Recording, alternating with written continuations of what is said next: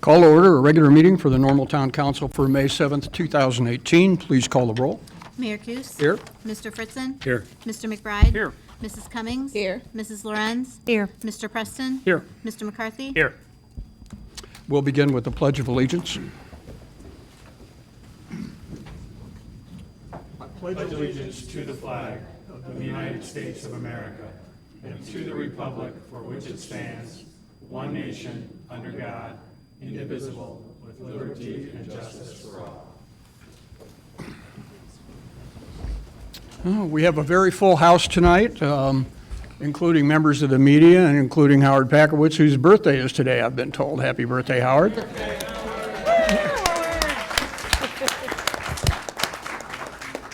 Who says we're not media friendly here? We will, there you go. We'll start with public comment, and I'm going to change things up here a little bit tonight. We're going to take public comment on some items not related to item 7 on the new business agenda, which is the welcoming community ordinance, because there are enough people that want to speak that we're going to handle that separately right prior to bringing that issue up. This is something we've done in the past where there's strong enough voice in the community that we sometimes just decide to have a go at it and let people say what they want. And I'll give you some guidelines and rules when we get to that. So we've got 3 people to talk on items that are not item 7 tonight, and we're going to do that right now. So our first public speaker, public comment would be Eric Bush.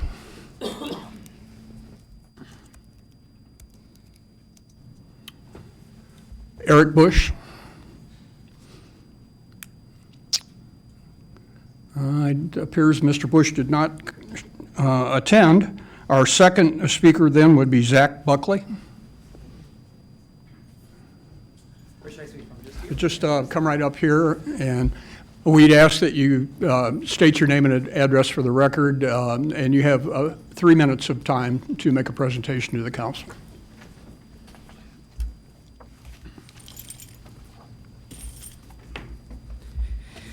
My name is Zach Buckley. I live at 1600 Northbrook Drive, apartment 5A in Normal.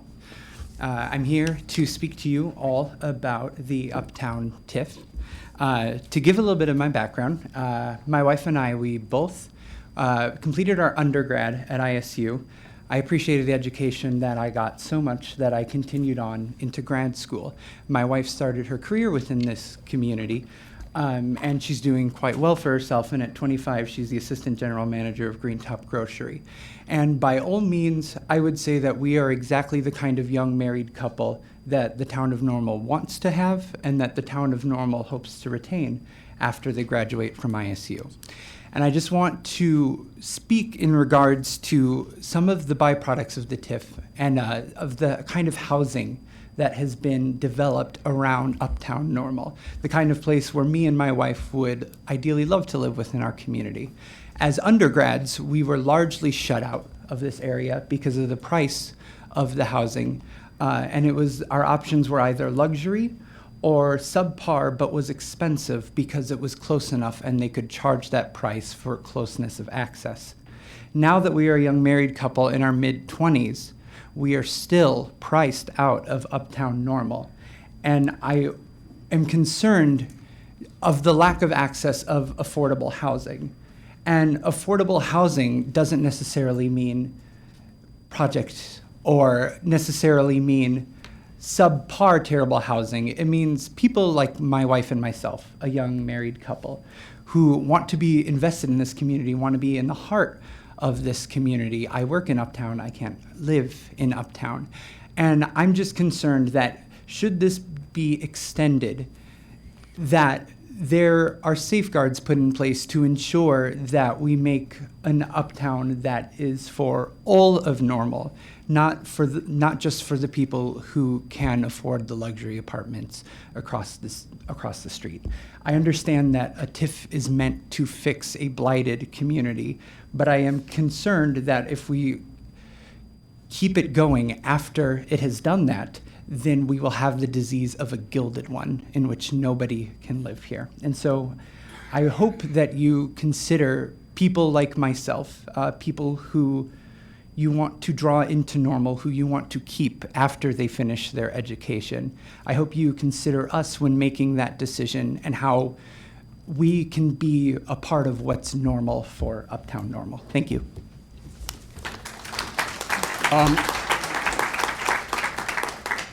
As this is a business meeting, I probably should have set those rules earlier, but we do not encourage nor allow clapping, booing, hurrahs, and things like that. We'd appreciate that you hold that so we can conduct a business-type meeting.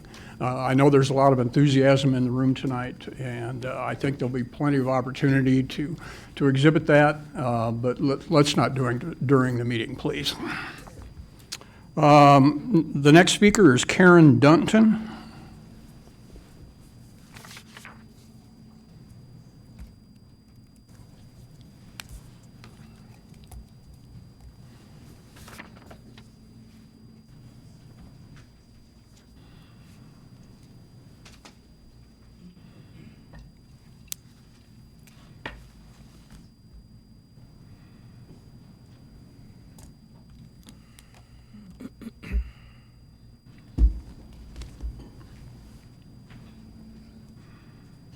Good evening.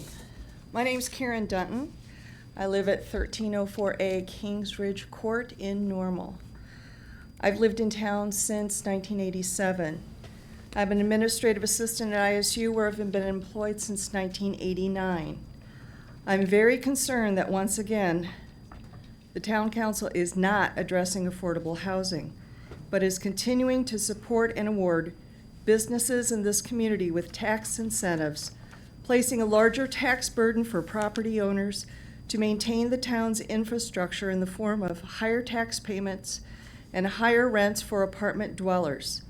Students that I work with struggle to find an affordable place to live and to have money to buy food each month.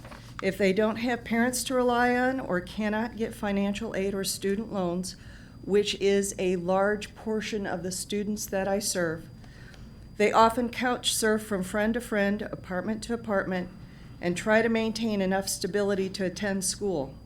I've witnessed talented young people drop out of college because they cannot afford to live here. This problem has worsened dramatically in the 10 years I've worked on campus in my department. During a quick internet search this afternoon, the average median household income in 2016, according to HUD, was approximately $53,000 per year. The average home price is approximately $165,000, and the average rent per month per bedroom is $640 and higher, according to information from HUD. Homes being built in newer developments are well over $200,000. Since when is this affordable on the average median household income? It just isn't. Many clerical, support staff, building service workers, part-time, and non-tenure track faculty on campus don't come even close to making the average household income, nor do our new teachers in Unit 5. People think that having a stable job will help them purchase a home, but home ownership in Normal has declined about 1% since 2010 per HUD data. If home ownership keeps declining, higher tax burdens will be paid by a smaller number of residents, and rents will have to rise because of increased tax pressure on landlords. I find it reprehensible that the new apartments at 1 Uptown Circle that are slated to open later this year will start renting at approximately $1,650 for a one-bedroom, according to published data from HUD. Obviously, this demographic is well above the average household income level. The businesses that cater to this demographic do not need to line their pockets with TIF money. This town has much more pressing needs that must be addressed. The social divide in this community keeps widening, and I cannot agree with that philosophy. Our neighbors that struggle every single day to keep a decent roof over their heads, food on their table, utilities and bills paid need a hand up. Services that address their needs, counseling and education to break the cycle that they are in. What part of this TIF amendment addresses their needs? I couldn't see anything in there. after I read it. How many talented students will have to drop out of college because they can't afford to live here? How many single parents or retirees will have to decide on which bill to pay, or can they buy food this month because their taxes or their rent went up? Unless this TIP proposal addresses those desperate needs in this town, I urge you to reconsider and vote no on this amendment. Normal needs affordable housing for its citizens, and I don't see that being addressed by this council at all. We play a part in making this a stronger community, but it takes a concerted effort from our leaders to lead us in the right direction, not the wrong one. Thank you. That concludes our public comment session, excluding items that we're going to be addressing with item 7. So we move on to the omnibus agenda, items that will be taken with one vote unless a council member would like to pull an item for discussion. Ms. Cummings? Would like to pull item G. I'm sorry? Item G. G? G. Okay, never mind. She got it. F. Motion for approval? So moved. Second. Items considered on the omnibus agenda tonight are approval of the minutes of the regular meeting of April 16th, 2018, and approval of Town of Normal expenditures for payment as of May 2nd, 2018. A resolution waiving the formal bidding procedure and authorizing the purchase of 4 refuse collection trucks from Cumberland Service Center Incorporated in the amount of $1,271,428. A resolution authorizing payment to Stark Excavating Incorporated in the amount of $34,184.73 for emergency sewer repairs on Samantha Street. A resolution waiving the formal bid process and authorizing the city manager. Did you pull? You didn't pull E, you pulled F, right? Right, yeah. Authorizing the city manager to enter in construction and service agreements with Serban LLC to install fiber optic infrastructure at 3 elevated water storage tanks. Please call the roll. Mr. Fritzen? Aye. Mr. McBride? Aye. Mrs. Cummings? Aye. Mrs. Lorenz? Aye. Mr. Preston? Aye. Mr. McCarthy? Aye. Mayor Kus? Aye. Item F, which was pulled, is a resolution waiving the formal bid process and accepting a quote from Ferguson Water Works to replace remaining water meters and readers and an approval of necessary budget adjustments. Mr. Approval. Second. Mr. Fritzen. Yeah, I felt like with the significance of the difference in what was planned and what this item proposes, that is something that we should pull and have a verbal report as well as the written report. The written report was very good and very thorough. I appreciate that. But a couple of things that maybe some remarks could address. One, I know year to year, any given year, you don't know what you don't know about what's going on underneath the surface. And of course, that's became glaringly obvious with the College Avenue Epiphany area water main issue that we had not that long ago. But when the report talks about perhaps reserves being down to a point where addressing those types of things could be a challenge, I'd like to, I guess, a sense of what's the typical year when it comes to emergency repairs of that case, and how tight are we moving the bar when it comes to that type of thing? That would be one question, and then I have a couple of questions about alternative two also. Okay, I'll ask Mr. Burkhart to come up and join us, and while he's en route, I'll give the Reader's Digest version of the very robust report. Yeah. The Water Department learned recently that the 3G network that we use that serves our meters and readers service or provided by Verizon was going to not be serviced anymore, so we are seeking to replace that. We've been in the process of replacing all of our meters in our meter distribution system and had planned to do that over a 6-year period. We have a 5-year budget. We figured the whole project was going to take about 6 years. So the purpose of this report was providing a lot of detail, but in summary, it's we're requesting condensing that planned 6-year project down to 18 months.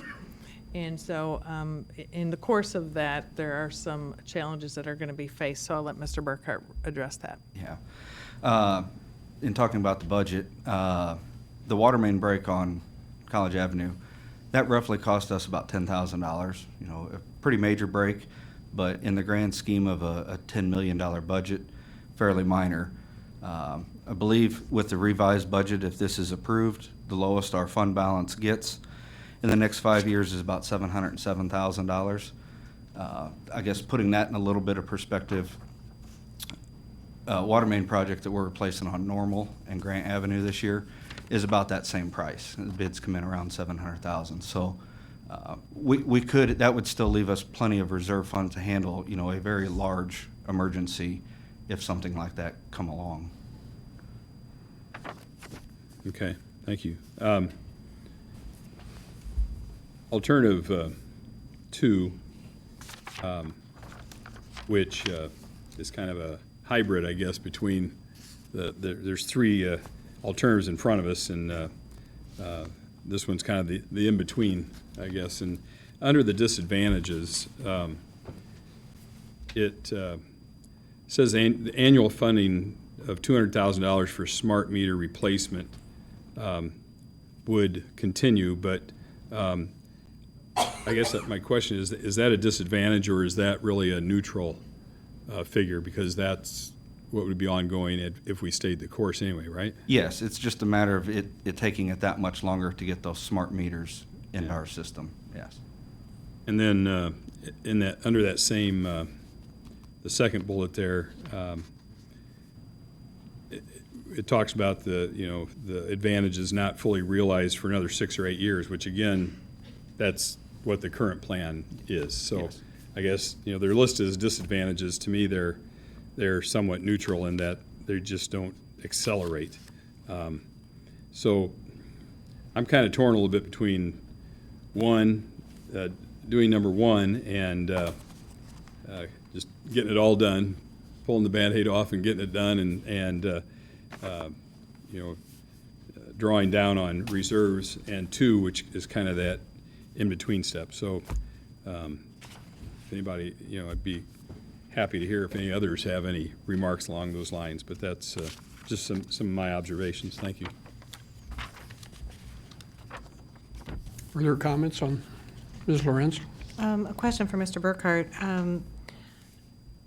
Could you elaborate a little bit more on operationally what would be the scenario of alternative 2? Because clearly it is a hybrid, and it's, to me, kind of operating 2 systems, or some duality there. Yeah. Can you talk a little bit more about that than what's in the report? Alternative 2 would be a little bit easier to tackle at this current time. Everything would just be on the outside of the house. Mm-hmm. But it would require 2 visits to each residence as well. We could go and change the outside reader right now without an appointment, but throughout the next 6 years, as we update those meters, we're going to have to go back to each house and make an appointment and get inside to replace that as well. Okay, thank you. Further discussion on the item? Please call the roll. Mr. McBride? Aye. Mrs. Cummings? Aye. Mrs. Lorenz? No. Mr. Preston? No. Mr. McCarthy? Aye. Mr. Fritzen? No. Mayor Kus? Aye. The resolution is approved. Item G is a motion to reject bids for the Route 66 Trail Connection, Constitution Trail Extension from the Tawanda Avenue Shelbourne Drive intersection to the Beach Street Pine Street intersection. Ms. Move Cummings? for approval. Second. Ms. Cummings? Wanted to talk about this project. I know we only had one bidder, but wanted to know if we could get more information and talk about what will be the next steps going forward to make sure that this doesn't be a forgotten about project. Absolutely. The next steps really are to go back to look at the project as was bid, to reevaluate that project and see if we can make any changes or modifications to the original plan that might bring the project back into budget or in closer alignment with the budget. Because the bid, the one bid we received was so extensively over budget, we felt it was not wise to recommend approval. In the meantime, so we'll be doing a couple things concurrently. We'll be evaluating the project and whether or not it should be redesigned or some sort of modifications made to it. If not, we will likely look at how we can more appropriately and effectively budget for the cost of that project, because the extension of the trail down Route 66 is a priority for us. We'd like to see that project completed. And then in the meantime, we will look, because we have another trail extension that has been on delay that we might be able to do in place of this one this year. So we'll be trying to figure out if there's another project that can take its place. And in the meantime, what do we need to do to make sure this project gets rebudgeted moving forward? No further questions. Mr. Fritzen? Yeah. One thing I wondered is if there were any market factors in play here. Because, you know, an engineer's estimate is, I mean, it's pretty, I mean, our people do a good job at usually predicting what our costs are going to be and having an idea, you know, for the budgeting process and all that. And then to have only one bid makes you wonder about, you know, where's the competition? And having that one bid 35% over the estimate, I don't think that discredits the estimate. I think it probably speaks to what's going on in the marketplace. Is that a factor, you think? I'm going to defer to City Engineer Gene Brown. Get him up here. Exactly. Put him under the gun here one more time at least. Yes, Mr. Fritzen, correct. We only had one bidder. They didn't indicate, you know, that their schedule is such that it would be hard to get this completed this year. There is a lot of asphalt type work in the area this year with Bloomington and our street projects. I think the one bid certainly is part of the equation. We had two other people take out plans. They would have had to have subbed the asphalt trail work itself to another contractor, as they aren't asphalt contractors. And then we did have another potential bidder who chose to not submit a bid because he doesn't qualify under the local preference. And he has indicated that as long as the local preference is in place on projects, that he would not submit a bid. So I think all those factors combined, you know, probably led us to the situation we're in. We looked at the project. There weren't a lot of facets of it that could be removed. There's really not a lot there. There's a retaining wall and some asphalt paving and milling the existing roadway in the Kelly Detention Basin, half of it, actually, not the whole thing even. We looked at deleting that, but even that still left us considerably above budget. It could be a case if it was bid maybe in the fall, so a contractor knew he could start on it in the spring, we might see better prices. You know, it could always be built in concrete, which I'm not a big proponent of for a trail, but that might entice additional bidders. Thank you. I think, Mr. Fritzen, you and I are thinking the exact same thing, seeing the amount of work that the state brought into the community, and I know Bloomington is being aggressive about road resurfacing, and with a single bidder, that's not a scenario that's going to get you what I would consider tight numbers.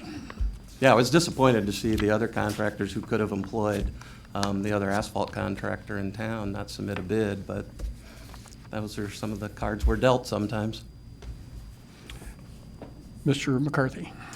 Yeah, I just want to add on a little bit, a comment or two that hadn't been mentioned. We've heard from some folks that because we're choosing not to act on this particular bid because it was so above our cost estimates that somehow this is no longer a commitment for the council and the town of Normal. I see Mr. Brown shaking his head. No, that's not the case. I assure those folks that have that concern is this is simply about price and about timing. And I hope if we do go back out in the fall, we can get a better better bid or more competitive bids out there, but I assure you it's certainly a priority of mine, and I don't want to speak for my counterparts, but I can see most of them shaking their heads that this is in fact a priority for us, and we'll figure out how to get it done. Further on this item? Please call the roll. Mrs. Cummings? Aye. Mrs. Lorenz? Aye. Mr. Preston? Aye. Mr. McCarthy? Aye. Mr. Fritzen? Aye. Mr. McBride? Aye. Mayor Kus? Aye. The motion is approved. That completes the omnibus agenda. We have no general orders. First order of new business is the ordinance in supporting of a welcoming community in accordance with comprehensive plan initiatives, serving as a catalyst to connect and engage inclusively with all residents. Motion for approval, please. So moved. Second. We will get to public comment in just a moment. I'm going to ask City Manager Reese to give us some overview of the process that we went through to get where we are here today. And also Chief Bleichner has some comments. At the end of that, we will start the public comment session, and then we'll go into general council discussion. Okay, thank you, Mayor. Tonight, we're asking council to consider and approve a proposed ordinance. Many refer to this ordinance as Welcoming City, and while that is part of the title, it's not a complete description of what staff is recommending. The proposed ordinance has a very lengthy title, as you just heard the mayor say. It includes language regarding the comprehensive plan and serving as a catalyst to connect and engage inclusively with residents. So what does that all mean, and how did we get to this point? A few months ago, staff was contacted by representatives of the Keeping Families Together Coalition. The group's goal was for the town to consider a welcoming city ordinance, and they presented their requested language. Staff did not embrace the language as presented. We felt it was limiting and raised too many concerns, but as a result, staff and coalition representatives had a series of conversations to discuss what the town could consider regarding welcoming city language. Staff had two guidelines that we were looking to move forward with. The first, any language that staff would consider recommending to the city council must be acceptable to the Normal Police Department. The Normal PD has been a nationally accredited law enforcement agency since 1994 and was one of only 16 agencies to receive the Reaccreditation with Excellence Award last year from over 100 agencies seeking reaccreditation. So what that means to our community is that the Normal PD is a model law enforcement agency with a long history of compliance with law enforcement standards and practices. The second issue that was guiding us was that this topic had to link directly to the comprehensive plan as adopted last November and build off the Race and Law Enforcement Subcommittee that worked extensively to strengthen awareness of NPD practices and community policing strategies. As you may recall, there were over 1,700 people that had input into our 2-year planning process. One section of that comprehensive plan is entitled Humanitarian and Social Aspects. It was our goal to make sure any ordinance drafted would link directly to this section of the plan. So we had a number of conversations with representatives from the coalition. And during the course of their conversations, staff valued the open dialogue, the willingness to discuss difficult topics with respect, and the overall collaborative attitude of everyone involved. The end result is the language proposed tonight. Now I'm going to ask Chief Bleichner to share his perspective on the proposed ordinance. Thank you. Community policing is about furthering community conversations, and that's the way I looked at this.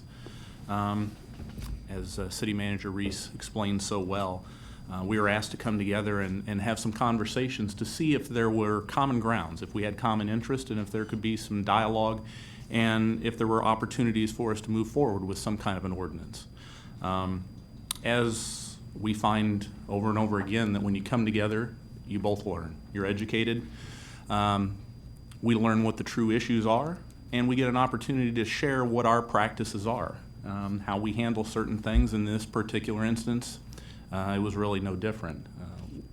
what I see this ordinance or the proposed ordinance that's in front of you really is just a memorializing what our current practices actually are. I mean, there are some minor differences, but that's really what it is taking what our practices have been and really formalizing those. The approach, I think, is transparent. It's one that makes public what the town's practices are and what the police department's practices are. I think this goes hand in hand again with what our community policing model is. We provide police services to the entire community regardless of status, and that's reflected in the proposed ordinance. We also understand the sensitivity of the immigrant community towards contact with law enforcement, how some individuals are concerned, and how that creates a risk for some to be victimized, or if there are victims or witnesses, may be reluctant to come forward because of what the tenor is at the federal government, especially with how immigration has been treated and a lot of information and some misinformation that's out there. So I think for us to share what our practices are and to memorialize it in a formal ordinance, I think is helpful. I think it dispels a lot of that misinformation that's out there and helps to build trust. We're not saying that we won't have contact with immigration and customs enforcement, but what we're saying is we're sensitive to that, and we understand that when those times occur, we'll do that judiciously. We'll use our discretion in when to do that, and we balance that against the severity of the situation, and we do that also in balancing it against public safety. The policy of the ordinance really provides a framework for decision making. Don't have a crystal ball. Many times at the table, when we looked at specifics on certain things, I was the one who was a little bit reluctant in doing that because I can't guarantee that something is not going to happen. And if we carve out specific exemptions in there, I can't say with certainty that something wouldn't occur in the future.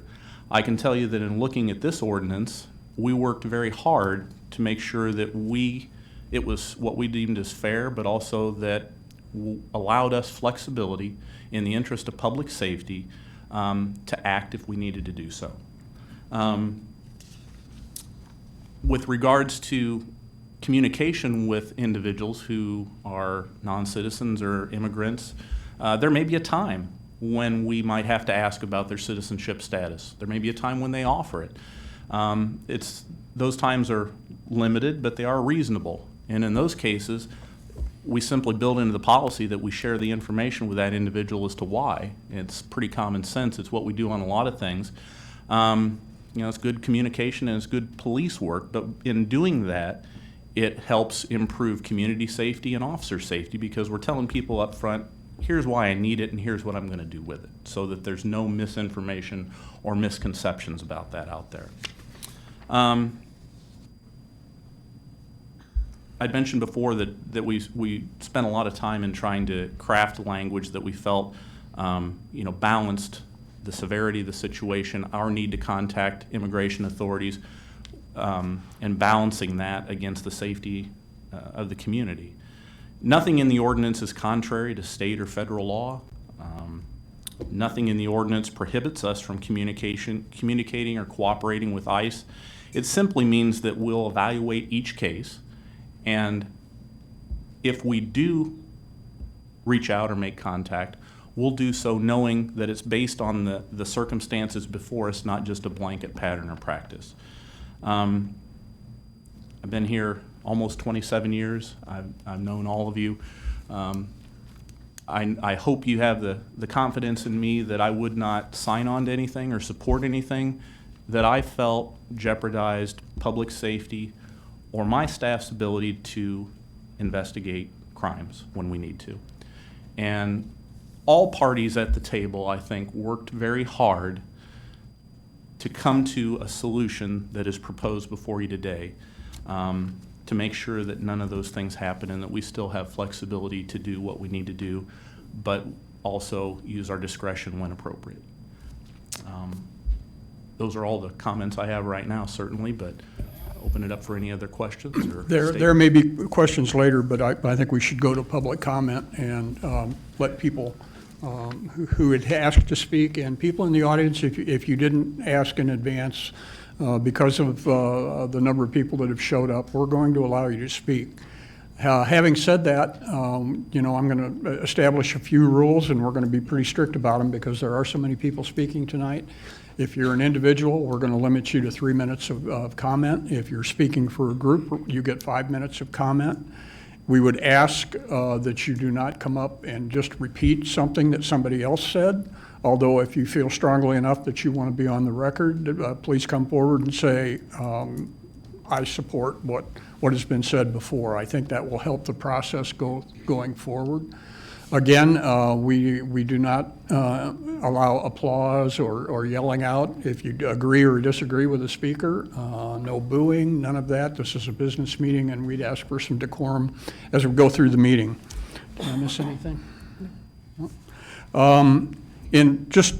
I think to be fair for the people that did ask, we are going to go through that list of people first in the order that they asked. So our first speaker would be Rebecca Houtsma.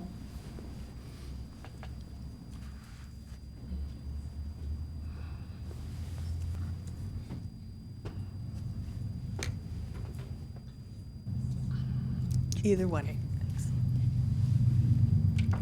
Hello, my name is Rebecca Houtsma, and I'm here tonight on behalf of my husband, Willie Hunter, and our family.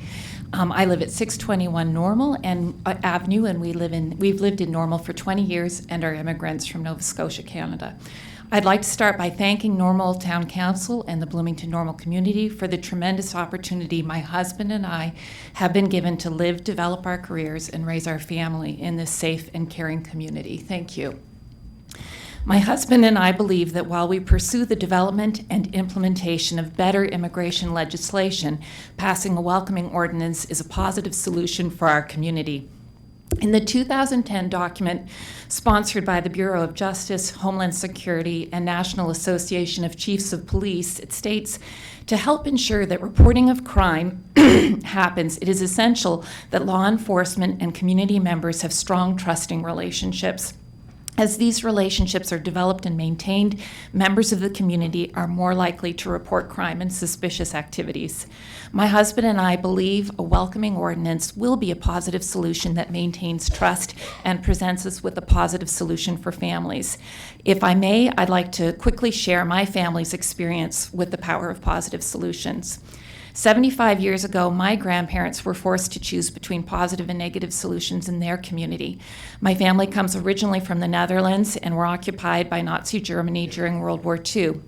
As farmers, my grandparents were people with resources, and they made the positive choice to feed and shelter anyone in need. One day, my great-uncle, a leader in the local resistance, came to the farm to ask my grandparents if they would conceal a teenage girl. Sophie and her friend had been taken from their village in Ukraine by a group of occupying soldiers and been forced to accompany the soldiers as they traveled through the occupied territories. The girls managed to escape. My grandparents knew that if they took Sophie in, they would be at constant risk of discovery, and if discovered, they, Sophie, and their 7 children would be arrested and taken away. Still, my grandparents chose to protect Sophie.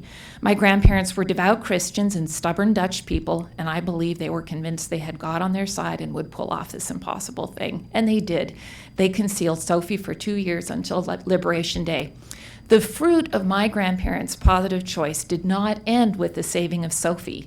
Sophie chose to stay in the village, married a tall Dutchman. She dedicated the rest of her life to gathering donated used clothing, blankets, and household goods from the community, which once a year she and her husband packed into their car and drove to Russia to distribute to impoverished families suffering terribly there under communist rule. I've learned from my grandmother that people are more important than things, and that it benefits everyone when we offer forgiveness, support, and love to those who come within our circle of influence. Thank you for letting me speak. Our next speaker is Jen Carrillo. I can cede my time. I would like to cede my time. Oh, I'm sorry? I would like to cede my time, just so other people can. Thank you. The next speaker then would be Sonny Garcia.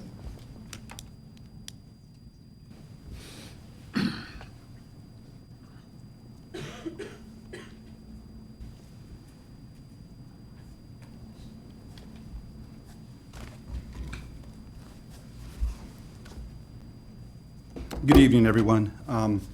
Thanks for taking the time to listen to us today. My name is Sonny Garcia. I'm a member of Illinois People's Action, and we work to build power to combat the institutions of oppression that keep the most vulnerable among us under their heel. We've worked on everything from payday lending to fracking and immigration reform. We understand that in order to win, we need to mobilize all sorts of people, black, brown, white, everyone. Unfortunately, a lot of the issues that we faced are based solely on race and income inequality. Pitting neighbor against neighbor, friend against friend, brother against brother, always blaming the other. It's a tactic that the powerful have used for millennia. Always trying to keep us separate, fighting amongst each other. They use sexism, classism, and racism to keep us separate and to keep us down. Well, guess what? The people are awake, and we are organized, and we are powerful. We understand that the big push to criminalize immigrants in this country is all an effort to fill their private prisons. We understand that ICE serves their master, profit, profit, profit. Well, the people have spoken, and we've let our elected officials know that the people stand on the side of love.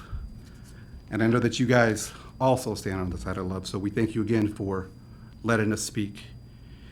We stand on the side of keeping families together. We stand on the side of justice. For over a year now, we have mobilized the community around this issue. For over a year now, we have negotiated with our local elected officials. For over a year now, we have organized for this very moment. But once again, I want to thank the Normal City Council, the Normal Police Department, for taking this issue seriously and for listening to the wishes of the people. We hope and pray that each one of you will take this into consideration and vote for a Welcoming Cities ordinance. So with my last minute of time, I would like to ask everyone in the audience who supports this ordinance to please stand up.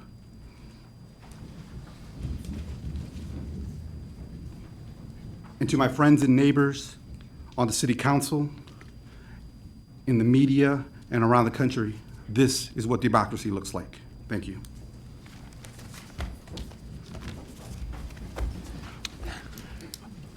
Our next speaker is Richard Greenfield.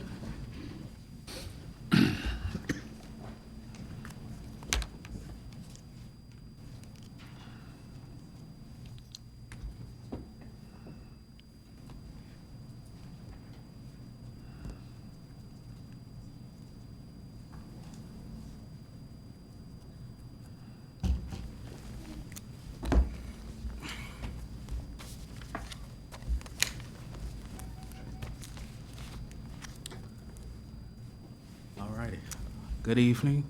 My name is Richard Greenfield, and I would like to encourage members of the Normal Town Council this evening to adopt the Welcoming City ordinance. This ordinance that is before you this evening, I believe, represents a fair compromise between all parties that is involved.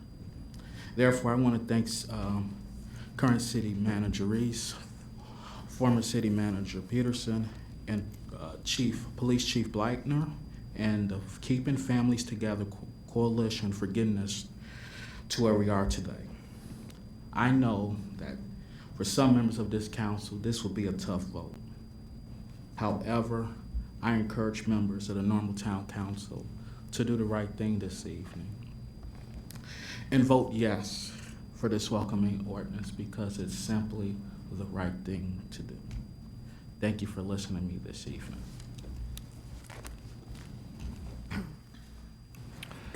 Next up would be Mara Toro Morn.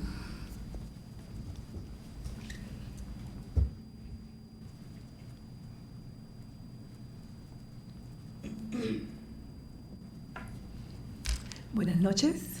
Good evening. My name is Maura Toromorn, and I represent CAUSA. And CAUSA is ISU's committee assisting on documented student achievements. I also want to say that I have been a resident of the town of Normal since 1988. CAUSA is a faculty, student, and staff organization that was founded 2 years ago with the express purpose to develop educational programs to raise awareness about the issues facing undocumented students in our campus and in our community, and to advocate on behalf of students and their families. I am honored to be here this evening in support of the Welcoming City Ordinance. I am here as an educator that cares for our students, in particular our most vulnerable students, those who are undocumented or that come from undocumented families. As a college town, the passing of this ordinance will resonate through campus because some of our students are themselves undocumented, and many come from families that are themselves in various stages of documentation. The passing of this ordinance a few days before graduation will send a big message to our current and prospective students. It says, come to ISU, come to Normal. Here, you don't have to live in fear. We welcome you and your families. Here, you are a member of our family. I want to encourage you to pass this ordinance without hesitation. It is the right thing to do. It is the most neighborly thing to do. It is the most human thing to do. My heart swells with pride to know that you have had the courage to think about these issues, to work with our community representatives, and to bring us to this historic moment in our town. To recognize that there are citizens in our community that are vulnerable, that you're not going to allow ICE to come into our community and spread fear and terror, that you're not going to allow ICE to separate and break our families apart. Whatever the outcome here is this evening, you deserve to be praised for the courage to think about community in inclusive ways. From the bottom of my heart, muchas gracias. Thank you. Our next speaker would be Ron Ulmer.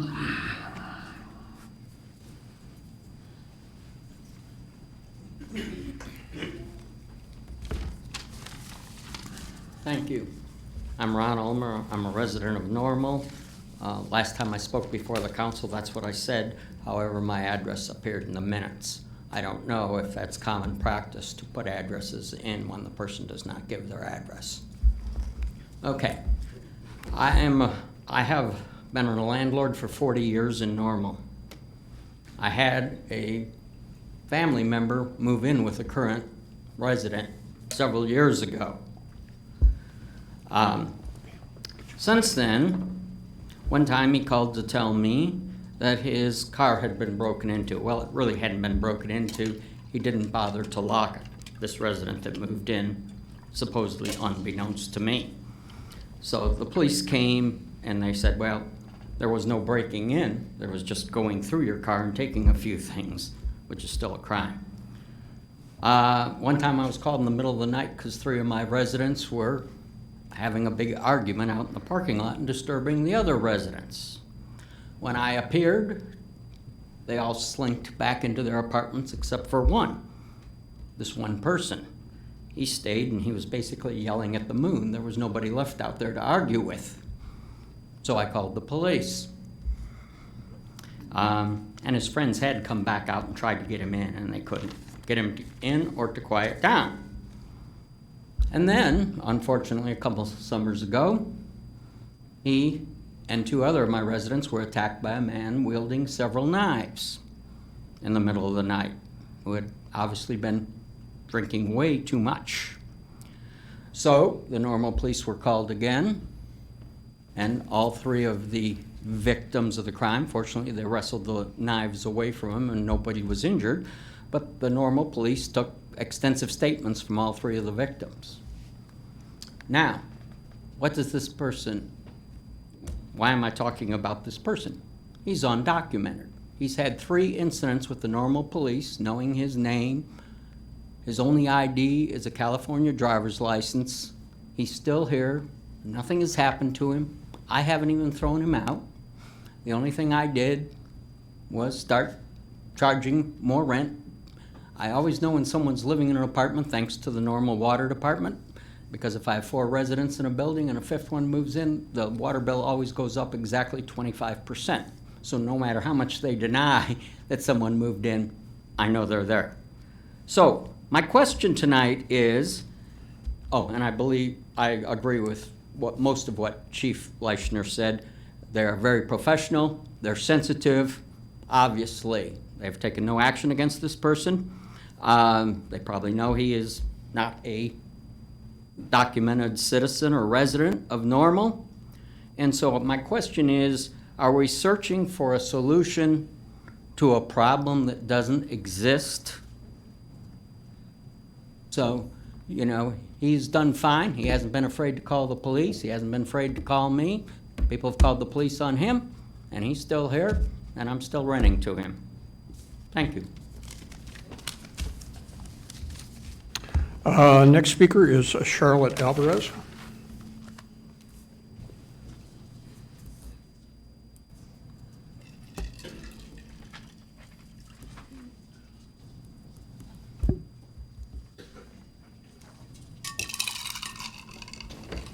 Good evening. My name is Charlotte Alvarez. I'm the director and attorney at the Immigration Project. Immigration Project is a member of the Keeping Families Together Coalition and is based in Normal. Along with our other Immigration Project attorney, Danielle DeWinter, other members of the campaign, I've had the honor of working with the town to develop the ordinance presented before you tonight. The Immigration Project urges all of you to pass this Welcome in City ordinance in order to welcome all the members of our community and help them feel safe calling the police for help and not fearing that that help is going to hurt. This ordinance is not the same ordinance that has been discussed in Bloomington. Instead, it grew out of a respectful dialogue between members of our campaign and Normal town officials in which the policy was carefully considered, debated, and refined. It follows the 2040 plan and is rooted in and expands upon Normal's current police policies. This is a policy made by Normal for Normal. It is not a sanctuary city policy. We all know the town could not bar ICE from entering our town and removing its residents. Unfortunately, our non-U.S. citizen neighbors in Normal can still be torn from their families, and nationally this is happening more and more. Across the state, we've seen increasing numbers of people in removal proceedings. It is within the town's power tonight to decide whether we will be complicit in those deportations or not. Thanks to the separation of powers enshrined in our U.S. Constitution, the federal government cannot commandeer local agencies and force them to do the job of federal officials. Outside of a judicial warrant or court order, we know that any cooperation with ICE and with our local police department is a voluntary choice that undermines trust and tears families apart. In fact, we know that being undocumented is not a crime at all and shouldn't be investigated by our local police. It is not our ideal ordinance. To be honest, members of this campaign would prefer a bright line, absolute separation between police and ICE. Clear separation increases public safety and encourages the cooperation of victims and witnesses. However, we believe this ordinance is the solution that works best for this community at this time. Under this ordinance, city employees will not ask about immigration status unless they are required to do so or it is necessary for a criminal investigation. This language gives the city the flexibility to ask when necessary, but sets a clear default that in most cases, immigration status will not be requested and is not necessary. In fact, if you meet any individual of any race or anywhere in the United States, there's no guarantee of their legal status. It's not obvious. Sometimes it's not obvious to individuals what their immigration status is due to our immigration system. Under this ordinance, the Normal Police Department will not contact or cooperate with ICE in any way unless the chief or his designee has balanced the factors involved that are outlined in the ordinance. We will rely on the chief of police and his designees to weigh these factors and considerations and act in the best interests of the community as a whole. And we hope that with this policy, those instances where police communicate with ICE are very rare. Under this ordinance, Normal Police will continue to consider U-Visa certification requests, which will reduce barriers for survivors of domestic violence and other crimes who are seeking to legalize their status. Nothing in this ordinance violates any federal or state law. As you've heard tonight, we're facing a national wave of arrests, detentions, and deportations, and you'll continue to hear from other people who are concerned and affected in our communities. These national policies are causing local fear, and it's time to act. There is a problem, we have a solution, and we hope that you pass it. With these policies, Normal is reducing that fear by telling our immigrant community members they will not be forced to reveal their status or have a target put on their back unless the city must do so under the law or has carefully considered the consequences and believes it's necessary to do so. While it's not a perfect solution, it is a good start that puts the rules that everyone can follow understandable and in the public. We request the council pass this ordinance as it appears before you. Let us stand united in this moment and show today we are welcome and respectful of all our community members. Thank you for your time and consideration.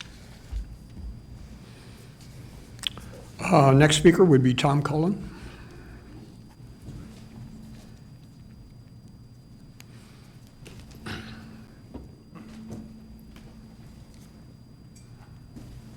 Thank you for this opportunity to address the council, Mr. Mayor. Excuse me. I'm Tom Cullen, and I reside at 2 Sun Point Court in Bloomington, and I'll be speaking on behalf of ACLU of Central Illinois. But I would like to point out that my hometown is Normal. I was born at Brokaw Hospital, baptized at First Presbyterian, downtown Normal, attended Glen Elementary, Chittix Junior High, University High School, and Illinois State University. I spent a lot of time in the Normal Police Department as a young child. That was because my mother worked under Chief McGuire.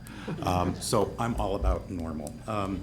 And so are the members of our chapter. Our chapter represents McLean County, Livingston County, and DeWitt County. And so the Central Illinois chapter of the ACLU has over 800 members now. And a majority of those come from McLean County, and a majority of those come from Bloomington Normal. So we are your neighbors in your community. I also teach at 2 colleges on Rab Road as adjunct faculty, and one of the areas that I teach in is criminal justice studies and law. So I have a lot of respect for the welfare and safety of the community as well, and strong ties here. But currently I serve as the chairperson for our committee, and our steering committee for the Central Illinois chapter of the ACLU urges this council to pass a welcoming community ordinance this evening. I'd like to explain the reasoning for our expression of support for this ordinance. Our steering committee signed on to support the welcoming ordinance presented by the Keep Families Together campaign early last year. The dangers presented by the deportation rhetoric on a federal level were evident to the members of our steering committee long before the presidential inauguration. The ACLU has a long history of standing up for the rights of immigrants. In 1920, the ACLU stood up to then Attorney General Palmer's campaign of harassment and deportation against so-called politically radical immigrants. In 1942, the ACLU stood against our government's internment of the Japanese Americans. More recently, the ACLU has taken stands against police profiling and immigration bans based on the primary religion of the country of origin. The ACLU's position on this issue is based in part upon the 14th Amendment. The first section of this amendment articulates a distinction between privileges and immunities that are bestowed by the government upon a subset of the people with membership in a class of citizens versus the fundamental rights endowed upon all persons. The 14th Amendment guarantees due process when suffering a deprivation of life, liberty, or property, and equal protection of law to all persons, not only citizens. The Equal Protection Clause has been interpreted by the Supreme Court to include protection from discrimination on the basis of suspect classifications other than race, including national origin and immigration status. Nationally, the ACLU has launched its Freedom Cities campaign with model policies and rules suggesting for making communities more welcoming and immigrant-friendly. So nationally, the ACLU supports this. Within our state, the state affiliate, the ACLU of Illinois, has given its explicit support to our steering committee's participation in this coalition and also was a supporter of the Trust Act. They believe we need this ordinance here in Normal. So we urge this council to pass the welcoming community ordinance this evening. Thank you. Next up would be Dante Latson.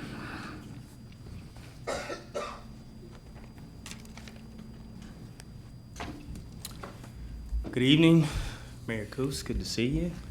City Manager Reese and the entire council.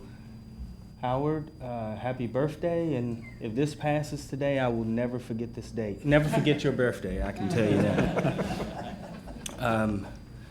My wife, family and I, we reside at 605 South Blair.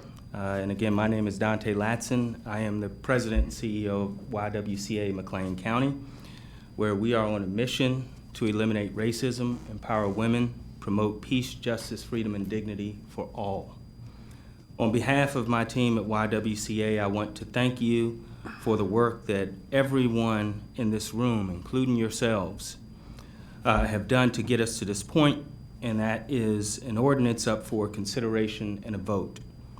I especially want to recognize the partner groups from Keep Families Together campaign and the staff at the Town of Normal who made all of this possible, and that is former manager Mark Peterson, our esteemed manager here, Pam Reese, and of course, Chief Rick Bleichner.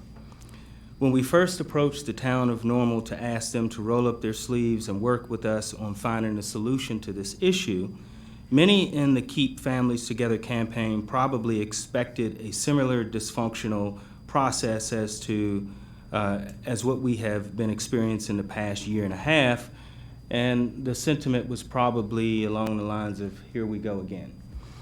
But I didn't think that, and I'll tell you why. Over the past 2 years, I have worked with the Town of Normal in various capacities. I was a member or the co-chair of the 2040 Vision Committee and played a role in the creation of the work plan. Since then, I have been a participant of the work group that delved into police and community relations. Every month, I sat with brothers, every month it was myself and several others who sat with brothers Chief Bleichner, Mark Peterson, to discuss how we might be able to make our community welcoming to all. After that report was delivered to council, we continued the conversation despite our work coming to a close.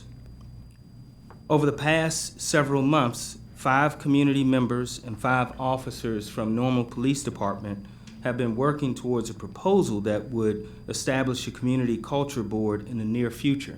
I think that's important to mention because everybody needs to know and understand this isn't a single issue. We are here because we are devoted and dedicated to the Town of Normal, and we understand that we can't just put that on Chief Bleichner or the council, but we also have a role in making our community a better place. It is precisely because of this spirit of collaboration and openness that they have carried into this process that we have been able to accomplish in 2 months what has not been accomplished south of Division Street in 16 months, that is. I am excited to express on behalf of YWCA and the entire community our support for this proposal. It isn't everything we would have wanted, but it is a strong first step in the right direction. And conversely, we recognize the willingness to give up some of what Normal officials wanted so that together we could embrace this important endeavor in order to produce the very best results for our radically normal community. Let us recognize that there is still much work to be done to make this a community that upholds justice in every day, but let today inspire us to continue to do the work. And I have to say that today, I am extra proud to be a resident of the Town of Normal.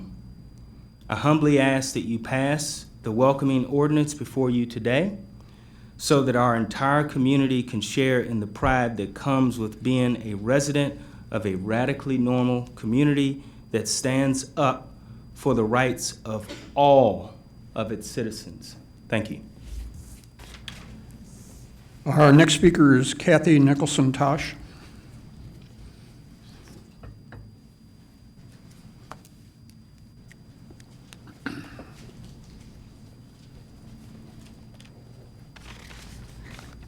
Good evening, Mayor Coos, City Manager Pam Reese, and the council members.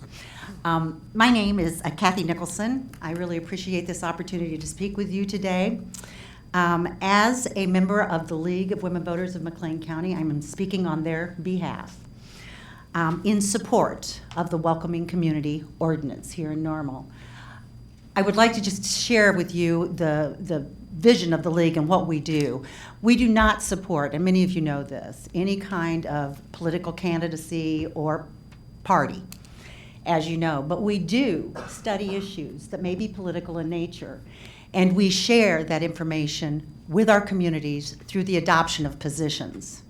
So how we got here today, in order to take a position in support of this ordinance, our local league drew upon the positions from both the League of Women Voters of Illinois and the League of Women Voters of the United States, of which there are 800 chapters of the League of Women Voters. We place particular emphasis on the League of Women Voters, U.S., statement on immigration, which includes the following. The League of Women Voters is opposed to deportation of non-criminal, undocumented immigrants. The League supports cities, towns, counties, and states that make a decision not to cooperate with federal deportation and enforcement actions that include non-criminal, undocumented immigrants. Furthermore, the League of Women Voters, U.S., states that all persons should receive fair treatment under the law, and it is critical for the U.S. to encourage immigrant participation in our democracy. Adoption of the Welcoming Community Ordinance would show respect for immigrant families and a commitment to safety during a time of uncertainty. We urge you, the City Council, to support the Welcoming Community Ordinance tonight. Thank you. That concludes the list of people that had asked to speak, but again, because we're opening this up, if there's anyone else who would like to speak, please come forward. We'll start over here.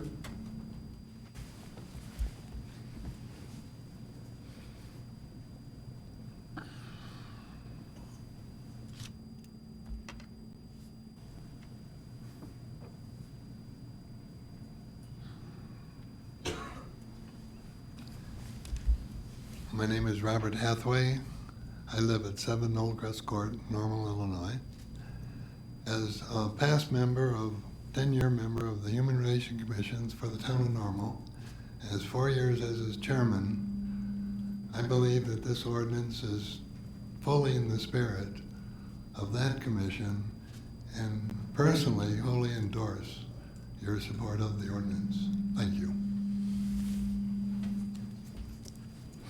Anyone else wishing to speak?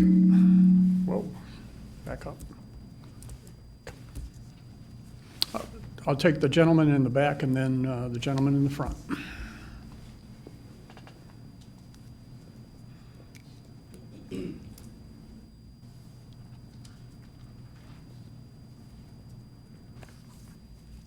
My name is Carl Sela. I live on School Street, and I'm happy to provide the true voice of diversity this evening.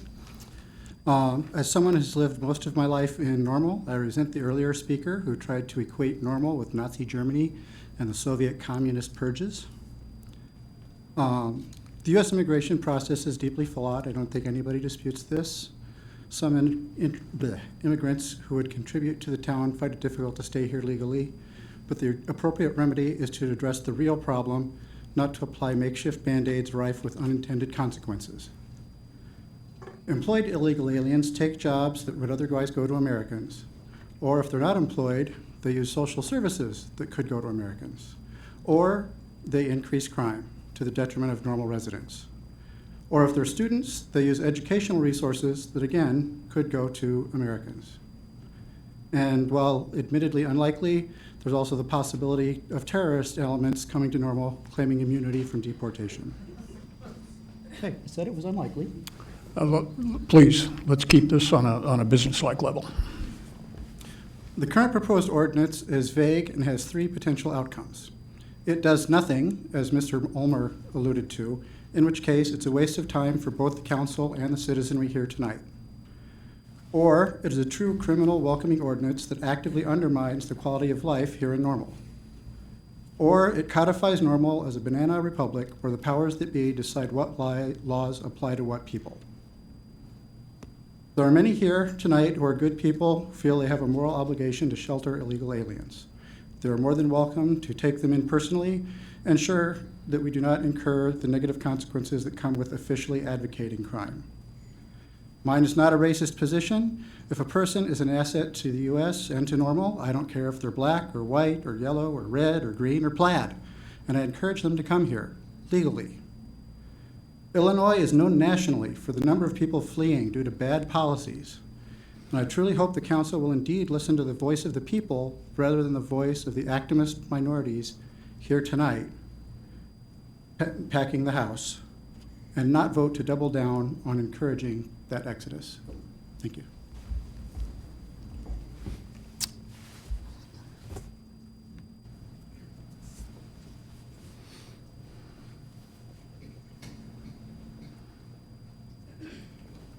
Hello, thank you for allowing me to speak today. I appreciate it. My name is Marcos Mendez, and I am a resident of Normal.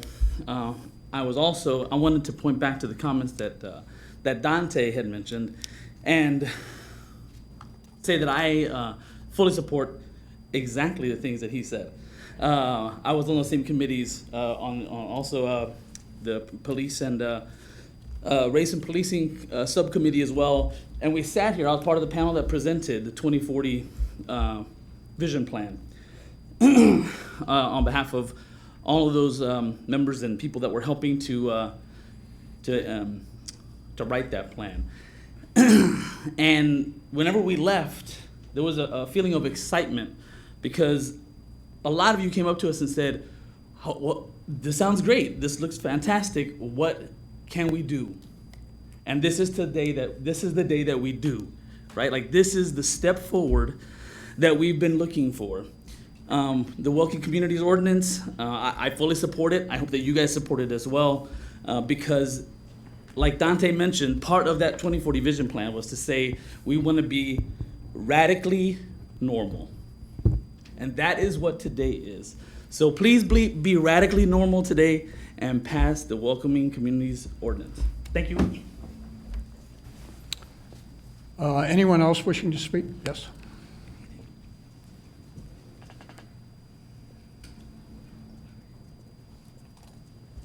Hello, I'm Cindy Alvarez. I am a PhD student at Illinois State, going in for school psychology. So a lot of the work that I do in the community, both Bloomington and Normal, as well a lot of the schools in Normal, Unit 5, are doing and therapy with the children and youth, as well as with the families. I've been here for 5 years, so I've kind of gotten to know the town of Normal and the community very well. Something that comes up, I also do a lot of research about the immigrant youth and the impacts that it has. So I kind of want to talk about the impact of the mental health and what it does when ordinances like the Welcome in City are not passed. A lot of the youth that I work with and the children are in fear of being separated from their parents. That is something that I hear constantly. So I want you to know and think about your child being afraid of being separated from you on a day-to-day. The risks of anxiety and depression are very high. So I think we've talked about a lot of things, but we have also forgotten about the mental health impacts that when children are afraid of being separated from their mom or dad, and what that is inhumane. That is not, it's not okay for us to be instilling that kind of fear among our children in this community. So I just want you to think about that when you're trying to consider about this. Thank you. Anyone else wishing to speak? Back left. Back in the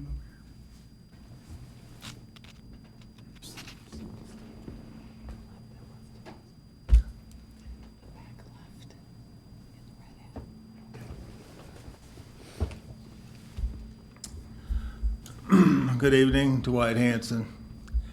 Live in Bloomington. We have property at Normal.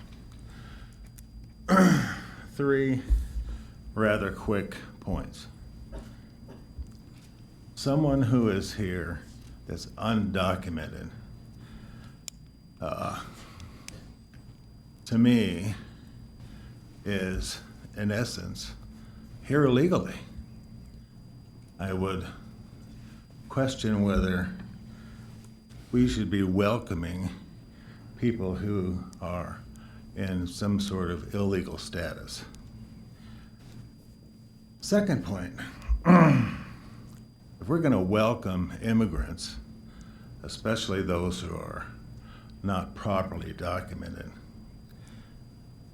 how are we going to differentiate between those less desirables and those who are here for family issues or other legitimate issues that will actually help or benefit the town of Normal? It seems to me that would be a pretty tough thing to do. Last comment. I would hope that the study that you folks did had a mix of people and not just people who are in support of this ordinance. Our family would not be in support of this ordinance. there are other reasons, but those are just some I can think of off the top of my head. Thank you very much.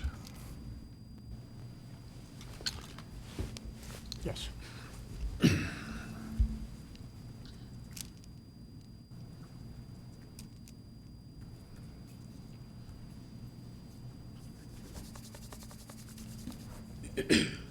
Good evening. My name is Cinnamon Porter, and I live on East Vernon Avenue in Normal, and I've been a resident of Normal for the past 6 years. I am on the leadership team for Black Lives Matter Bloomington Normal, and on behalf of Black Lives Matter Bloomington Normal, we fully support the ordinance that is in front of you, and we urge you to do the right thing and pass a welcoming city ordinance. Thank you.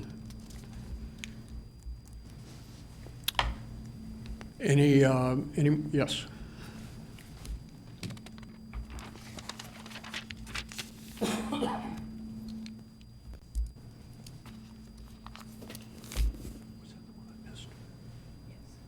My name is Gail Stanek, and I live in Bloomington. Several years ago, there were 8 cars that were broken into in our neighborhood. And the Bloomington police came out and talked with each and every one of us, just as the normal police did, and told us we need to make sure we lock our cars. It was probably young kids who do this on a regular basis, looking for change, cell phones. Some people leave their purses in the car overnight, which I've never done, but that isn't anything unique. And it wasn't pointed to a certain group of people. It was something that happened. We all got together in the neighborhood, and we now lock our cars. My story is about 8 years ago, my husband and I met a young woman with 2 children. She was Hispanic and the most beautiful soul you could ever see. And her husband was in the military, deployed on his 2nd tour in Afghanistan. He was there protecting all of you, all of Illinois, and all of America.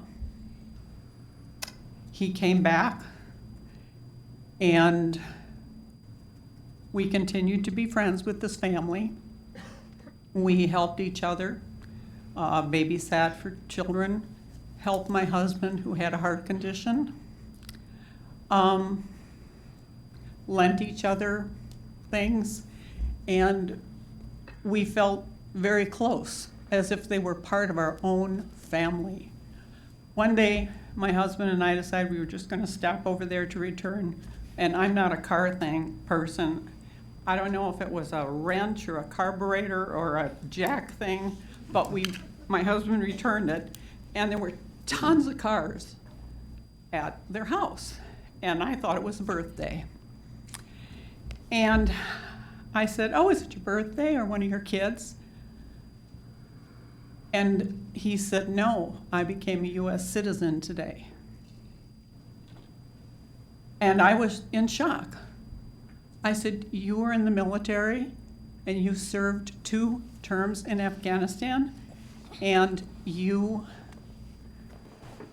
did not automatically become a U.S. citizen?" And he said, "No, that's not how it works." Now, he could have died for any of us willingly, but he served his country and he became a citizen. At first, I felt very hurt because I felt there wasn't a trust there that he could have shared with us, that he was not a documented citizen. But I totally understand. During the past 2 years since I've been involved with social justice, the fear and the terror of families being torn apart.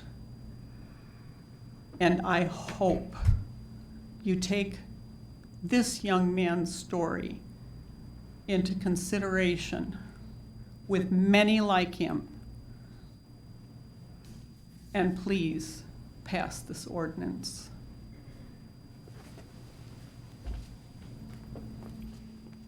Anyone else wishing to speak? Yes.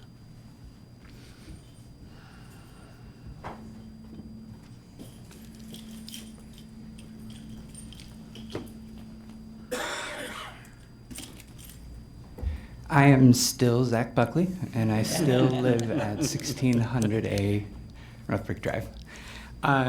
It's very obvious that all of the parties involved within this conversation have done the remarkable task of listening to each other, of taking all of the effort necessary to work out the logistical issues, to make sure that if you vote yes on this, that this will work, that this won't infringe upon the ability of everybody within the town of Normal to function and to do their job, and that you can pass this and walk out of this room and say, we have done well. So then it becomes an issue of principles, and it does become an issue of morals. And I would love to remind everybody in this room that what makes America actually great is the fact that people came here facing adversity to choose a better life for themselves. And that's what all of our families did, for the most part of everybody in this room, at some point. And none of them came illegally, because it wasn't until the 1880s that we actually had immigration law. And just to understand how cyclical our culture and our mindset is, that was the Chinese Exclusion Act. So obviously we had thoughts about who we wanted here and who we didn't want here.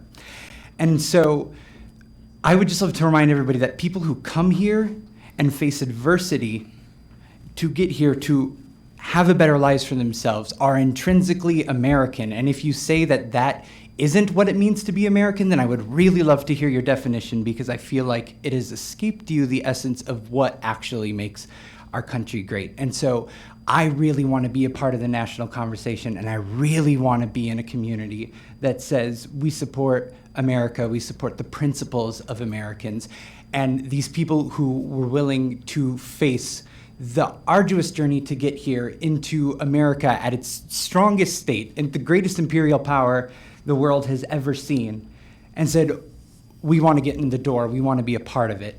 I want to support that, and I hope that you guys vote to support that.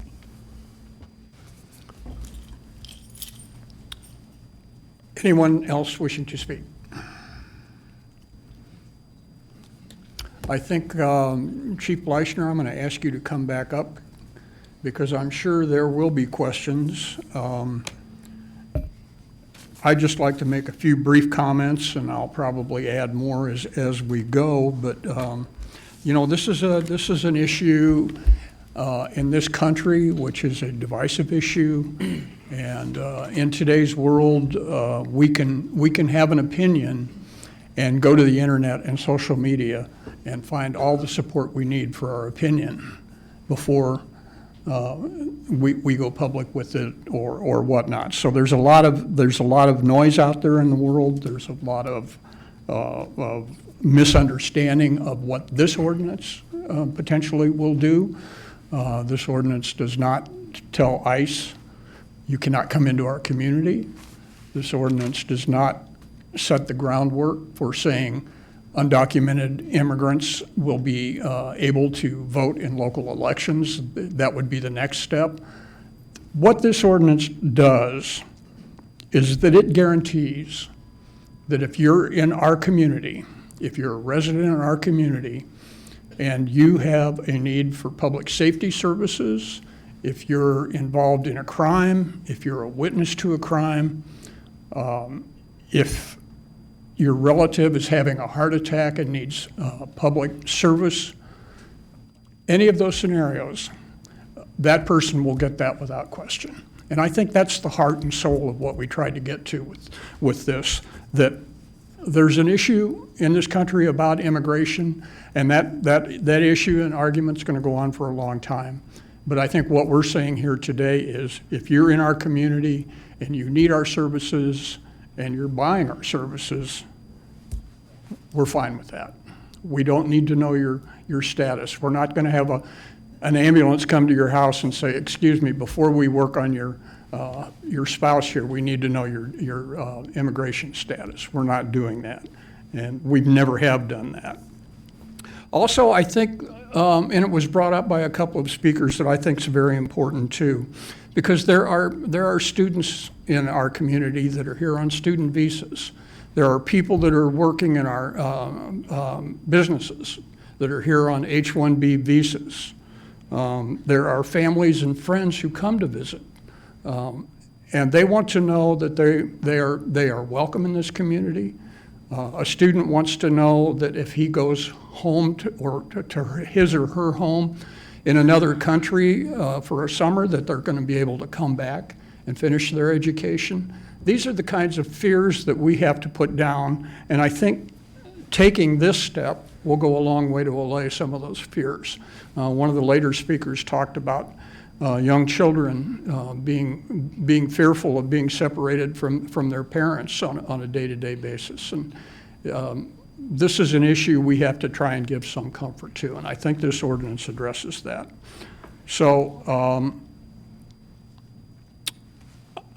I'm going to ask Chief Fleischner to come up because I'm sure there's going to be questions, and I'm going to open for comments. And Ms. Cummings. Thank you. And thank you most of all to all those who have spoken tonight and shared your hearts and your thoughts on this issue. It is interesting to hear some of the swirls or the thoughts behind this, and I won't belabor my comments because many of them that I had noted have already been stated. But I think what's most important and why I sit here is for a couple reasons. Sometimes we have to have what's called a disruptor, and a disruptor is to address the elephant in the room. And sometimes when addressing the elephant in the room, you have to get things on paper. Something was sent to me asking, do we really need this? It would be nice to know that a handshake still meant what it meant many, many years ago. But nowadays, we do have to have things on paper. And because interpretations, we may agree or not agree, but maybe agree to say this is the way we want to continue our practices. But Chief Fleischner will not live forever. Neither will Pam Reese, nor will Mayor Coos to confirm what we decide today. And so you have to have something written down on paper. What's interesting is how we can quickly add words that aren't into something, how we can quickly begin to build this ugly vision over something that is very important. And number one, while all of us sit here, is to improve the quality of life of our residents and ensure safety for our residents. And this is really about safety for all. One thing that sit most with me is before I lived here, I lived in Phoenix, Arizona, where there is a big, a lot of talk. We don't talk about it much in the Midwest, but there are a lot of women and boys and girls and men who have been a part of sex trafficking, and they live in fear too. And yes, they're here undocumented and were brought here in a different way than what many of you have your mindsets on. But even them, you would want them to, after we've just celebrated Sexual Assault Awareness Month, consider them for wanting to tell why they're here or if there's an incident or a concern. So even that opens another new door and allows us to be a safe haven for even those group of men, women, children who have those types of issues. So those things stay on my mind because that was something that I worked on there. When you think about whether or not people can just be asked about immigration status, also worked with SB 1070 in Arizona. And so those were the things we wanted to accomplish then and could not accomplish. And so hopefully is only a small feat of a national conversation. And it is. There's only so much limited to what we can do here. But if we could try to do our part, that's half the battle. I encourage those of you who believe that there should be an opportunity, there is a greater conversation, and I encourage you and hope that you are talking to your state as well as federal elected officials, because that's where the greatest fight is, and make sure you put your energy towards it, because there is some immigration issues that we need to wrestle with and really deal with the elephant in the room and talk about the disruptor there. I implore all of you to continue on your journey and be encouraged. Don't grow weary. No fight is ever won by somebody who grows weary soon. They're never won fast. They always take a long time. And I hope that you all learned a lot in the process on how to negotiate and work with others. Thank you. Mr. McBride. So I guess I'll ask everyone's indulgence, because now I've done that situation where I've written little notes to myself throughout the course of the evening. As I look at them, I have no idea what they actually say. So bear with me if you would. I'll try not to be too repetitive. As the mayor mentioned, there's been a lot of misinformation about this, and sadly some disinformation. Those aren't the same thing. I always get a little concerned when people are dismissive of the fears of others, particularly when the people who are being dismissive have, by accident of birth, never been in a situation where they've had to experience those fears. This ordinance does several things. It makes it easier, I think, for our police department to do its job and to keep us all safe. I think it will keep us all safer. I think it is a small step towards ensuring vibrancy and diversity in our community. And maybe most importantly, it gets on paper, as my colleague said, a reminder of the importance of treating everyone with dignity and respect. I think everyone involved in this process, including you, Chief, and thank you.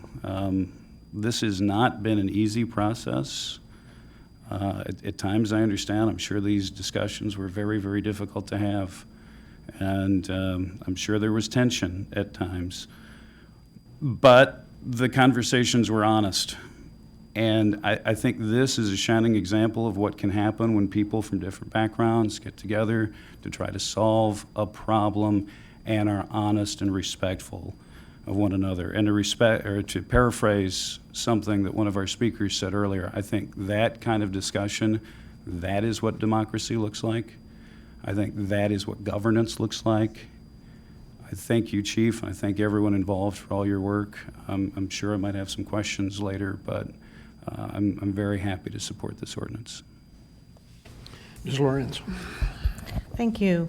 I want to put out there as a statement, and then do have a question for you, Chief Bleichner.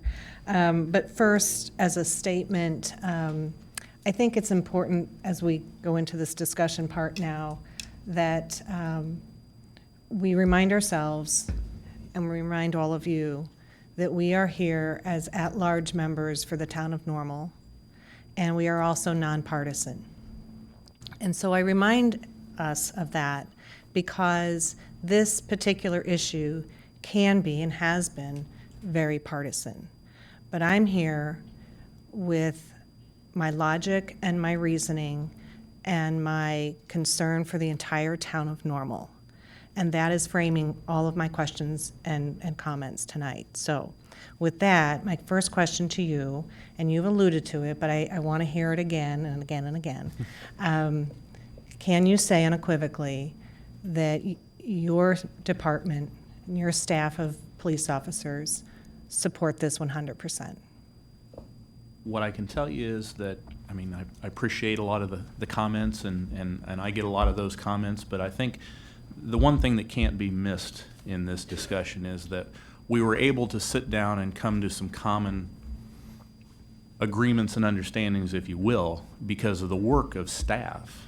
Not just me, but the officers who are out there every day, engaging the community, making those contacts, having those difficult conversations, and going into those situations with thought towards leaving the situation better when you leave than when you got there. And as Mr. McBride said, you know, it's dignity and respect. That's one of the things we certainly try to do, is treat people with dignity and respect, regardless of status. And in this case, again, we're able, I think, to get to this point because of how our officers engage with the public and how they treat people. And again, I take some credit for that, but the credit is due to them. And so with that, I've shared this as we were leading up to it. I shared it with command staff. Okay. I included all of them. I pushed the information. I sat down with the association members, or leadership. I talked with them, asked them to share it with their elected board, and I pushed out what would be our draft policy, which would basically guide operations in support of this ordinance. And I shared that with all staff. Okay. And I've had nothing but positive comments back from staff. So that's my gauge at this point. Okay, fair enough. And then one other question for Ms. Reese, please. There's been some discussion about, and I like the term you used earlier, Chief, about, you know, it's a document that memorializes already some existing practices. So maybe a technical question here, but if these are policies that are already on the books, what does this ordinance do that basically, in my kind of my assessment, kind of repackages policies and puts it into a new format? Is that in fact a new ordinance, or, you know, talk me through, how is this not maybe more of a resolution versus an ordinance, maybe the technicality of what it is we're looking to adopt? Sure, I'll give an answer and then I'll Maybe punt this it is to for you, the Mr. legal Day. department. But it certainly could have been a resolution. Staff was proposing an ordinance because that was what was presented to us, and so we worked from that originally. But it's an ordinance that makes a public statement in terms of what we expect. It was an ordinance that declares that the police department will establish a policy, and Rick and his staff have created that policy. And so, but I will defer in terms of the value of an ordinance versus resolution to our legal Sure. staff. Typically, the difference between an ordinance and a resolution is that a resolution is intended to expire when the body expires. So at the end of the term of this council, then the resolution would expire with the council. An ordinance is meant to go beyond that date. So the ordinance will give it a longer lifespan than the resolution would have. Okay, good, thank you. This was certainly a discussion item early on when I was involved, and I had somewhat the same feeling. The notion, and I was won over to it. I was reminded by a famous quote of Sam Goldwyn, the movie producer, who said that a verbal agreement isn't worth the paper it's written on. And I think that was the message we were getting from this group, that was, we understand that you're doing this, but it's important to us, and we think it's important to the community, that, as the chief so eloquently said, we memorialize it with an ordinance. Mr. Fritzen?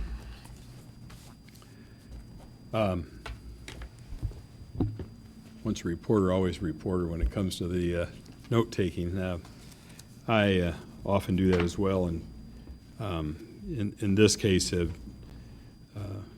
jotted down notes all weekend long, or really for the past week, since Ms. Reese first sent us the draft ordinance for some early look-see and whatever, and I gave her a rather detailed response, kind of paragraph by paragraph.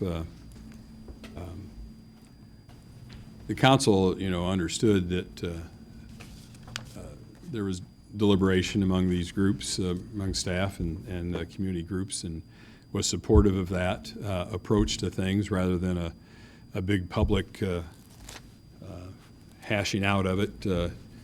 Committee meetings are meant to be done, are not meant to be done a lot of times in the public view, because they can get rather ugly and contentious and not accomplish anything. So we were supportive of that process. To be quite honest, I wasn't even sure that we would get a proposed resolution or a proposed ordinance, from those discussions as we occasionally were updated on them. When I did see the ordinance, I was a bit surprised. There are 17 whereas clauses in this ordinance. I don't know that I've ever seen an ordinance before us in all my years that have 17 whereas clauses. So I would have hoped for something a lot more simple and to the point rather than all the language there. But nevertheless, it is what it is, and as it's presented tonight. Some of the reasons given for all the whereases, there were references to the comprehensive plan. And the comprehensive plan has only been enforced for about 6 months. It really hasn't had an opportunity to advise us yet on the things that it was meant, and created to advise us on. A comp plan historically has been more of a guide to help in, the orderly development of a community. This one obviously has gone beyond that, intentionally went beyond that to not only guide planning and development, but to be sensitive to other aspects that are tied to such things. And I have no problem with that. The language in the comprehensive plan, I think, is supportive of a lot of the things that have been mentioned tonight. But the comprehensive plan is still, as I see it, meant to be a guide and not a blueprint. And so tonight, with this ordinance, it's being treated more as a blueprint. And I'm not sure that's the way to go. So one of the reasons, given in support of the ordinance and the language in the ordinance is our comprehensive plan. But on the other hand, the comprehensive plan, that has not been its purpose historically, and I think it has not even been given, like I said, an opportunity to advise us on any of these things yet, and now we're using it as a foundational principle behind some of the language. As Mayor Coos mentioned in the more recent discussion here, is that we want to commit it to an ordinance in order to put these practices on paper. And that's, I understand wanting to do that, but there's been other testimony that says, we haven't had an issue in Normal, and I guess, you mentioned you circulated a draft policy that was responsive to the proposed ordinance. I guess I have to wonder if that's basically been our policy all along. Does the ordinance really make a difference? Was there something different in that draft policy than what your practices have been? Because again, we're given a reason, put it in writing, but on the other hand, the practices have not led to any issues in Normal. So reason for or reason, not to support one and the same. You can respond to that if you want, Chief. Yeah, I mean, although the practices, like I said, that had been our practice in place, was what was memorialized in the ordinance, or a lot of what came out. However, we did not necessarily have the policy in place, and that policy is really that framework for making those decisions, obviously, because there's still that human element. Somebody is still going to have to look at that, to look at it and weigh the factors and make the decision, whether it's me or one of my designees. And I think that formalizing that kind of process, there's a lot of validity in it. It brings you back to center. It allows you to look at it and kind of give a second look at it. And again, there were different policies in place that we had that spoke to community policing and engagement in that. And we had training bulletins on the Trust Act and information that came out of that, but nothing that really solidified and brought it all to one location on how that happens. And so that was one of the benefits, I think, of this, is it gives some direction to staff where they can go, they can look at it, they can be advised. It gives supervisors the appropriate direction. And again, for me, I can go back to it and certainly refer to it. And the process in there for approval of some of our communications with Immigration and Customs Enforcement was not in place before. And I think that's the process we've laid out is a good thing, because it helps add to transparency. When people ask, what are your communications? I think this process showed one thing. We said, here's what we are doing. We were fact-checked. We had an extensive FOIA filed against the town. It showed we were doing what we were saying, and so I think that helped lay the foundation for all of this discussion. And so that in the backdrop and pulling it all together in one comprehensive policy, I see as beneficial to us. So at the end of the day, up or down on the ordinance, we have a policy written, and it's an operational document. And I want to make sure people understand that this is a policy-making body here conducting a business meeting. We're not an operational body. City manager conducts the operations day-to-day in the town of Normal. The chief does not directly respond to, is not directly responsible to the council. He's directly responsible to the city manager. It's a fine line, but this ordinance, in my mind, leaks over into the operational side of things.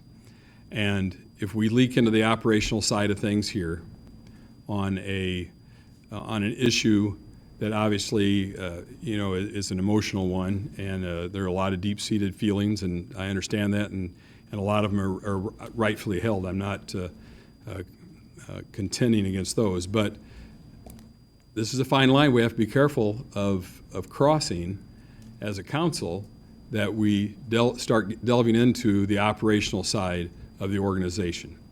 And this may be one where there's enough gray area that policy is important, but it sounds to me like in practice for quite some time and going forward,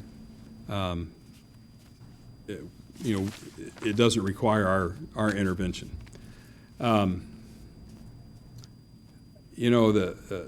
Ms. Lorenz referred to this, and as I kind of went through this, I started making a list, what it does, what it doesn't do. We've gotten a couple of dozen at least emails over the last few days, as you can imagine. Some are just very simple statements, please support it, I support it. Others delve into other aspects, both pro and con. Some are totally misstated, as has been referred to. And so that's a difficult thing to kind of wade through all of that. But I started kind of making a list of what it does, what it doesn't do, to help me with this. And as Ms. Lorenz remarked earlier, we live today in a hyper-political environment. There is not much meeting in the middle.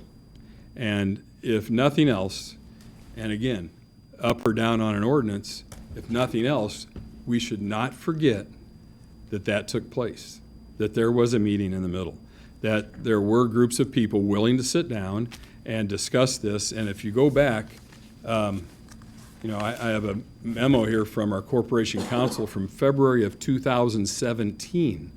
That's well over a year ago, with some responses to the original proposal put before us. And several reasons why this is something that we can't go that direction. But rather than just drop it at that point, there was this meeting and this over time, and that is what's radically normal. That we were engaging in those kinds of talks, and not just on this ordinance, but the other things that have been mentioned here tonight by some of the folks that help, they're extremely helpful in us working through this. But because of those hyper-political times we live in, if there's a yes vote tonight, somehow a higher principle or higher moral authority is attached to those people who vote yes or who support something like this. It's just the way it is, because of the hyper-political times we're in. A yes vote to others may mean that you're un-American, right? We've heard that. We've seen that in some of the emails we've gotten, that, if you support this, then, I don't know if anybody's come right out and said those words, but that's what they hint, that you're un-American, you don't support our country. On the other hand, a no vote, a lot of times in this environment immediately goes to the person who votes no doesn't believe or support any of the things that were said tonight. And that's simply not true. You know, we couldn't have had the discussions we've had for the last several months if we were simply dismissive of everything that was said tonight. That's not true. I think, you know, there's plenty of support. There is no interference from this council in the matters of the police on the street and their procedures. And so we're supportive of the chief and how he's managed these things. But, you know, a no vote doesn't mean that the person who voted no is a bigot. But that's what a lot of people will say, you know? And so mind the language after the vote tonight, that there are people who will support this for good, solid reasons. There may be people who dissent for just as solid reasons. They may not be as emotional as some, but I think they're there. But we have to guard against the hyper politicization of our politics locally. We got plenty of that on the national level. That's why nothing has gotten done in the last, 3 or 4 administrations. It's not just the current administration. They're the ones that have brought, you know, the magnifying glass to it because they've decided to enforce things at a different level than what people are used to. But why was that administration put in place? One of the reasons was because the last few administrations have ignored a lot of these problems and have just allowed it to exist. And now we have a situation at the federal level where you know, it's almost impossible to resolve until somehow those highly partisan people decide to come and meet somewhere in the middle. I don't see it happening anytime soon. Once again, this is an example where we are left at the local level to deal with a situation that was not of our making. The federal government's inaction, their inability, whatever you want to call it, to deal with the immigration issue has pushed this down to this type of activity, this kind of, you know, groupthink and forcing locals to act on something like this. I think Mr. McBride mentioned, you know, at this level, we have to govern. We don't have a choice to join in the failure of the federal and state governments on issues that are beyond some of these issues that, you know, kind of get forced upon us. You know, this is, like I said, a local, you know, what happens here tonight is a local response to the inaction of higher authorities. Okay? Their inability to uphold or amend law to deal with the situation. It's, you know, in my list of what it does and doesn't do, you know, and I think it was mentioned from the table tonight, but, you know, this is really a plea to those living among us to seek aid if you need aid. And we've said tonight that our practice has been you'll receive it, and our practice going forward is that you will receive that. It needs to be a safe community for everyone. But, you know, an ordinance such as this does not make the illegal legal. It doesn't change that. And, you know, the job of the federal authorities and the duly elected executive and legislative branches of our federal government you know, is to protect the sovereignty of the United States.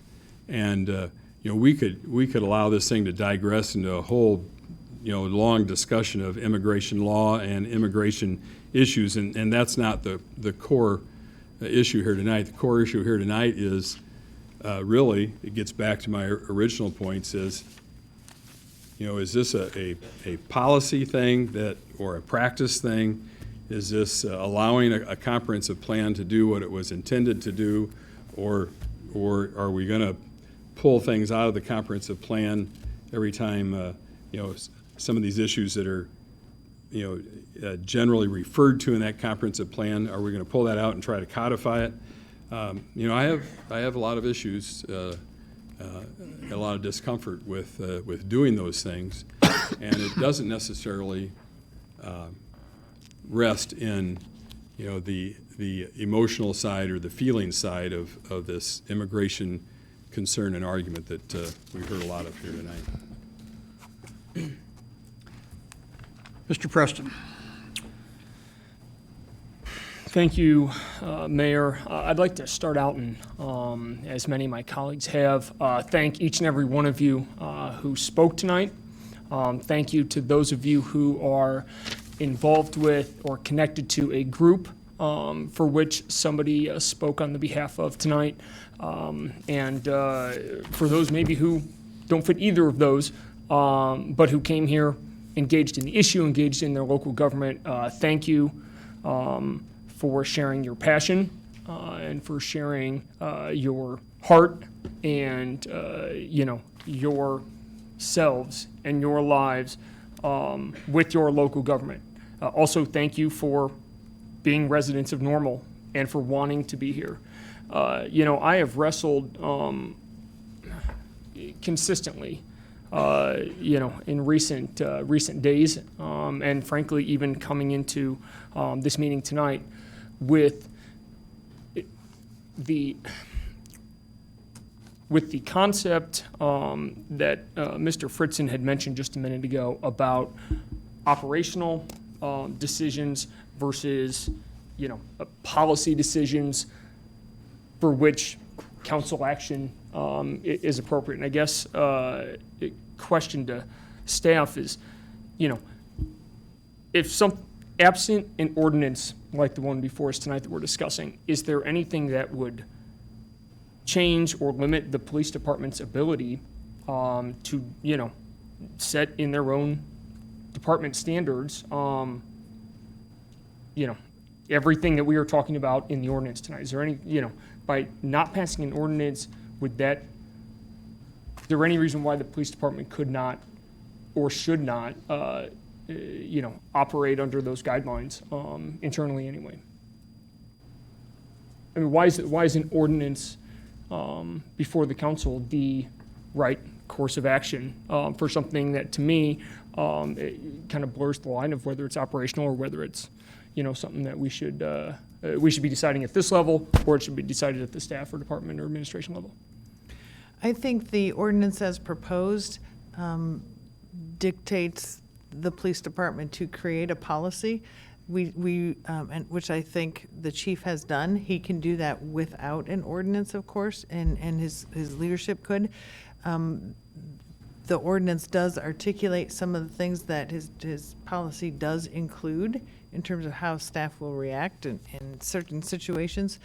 The purpose of the ordinance as proposed was to have the public statement based upon the feedback and the relationship that we've built with the stakeholders.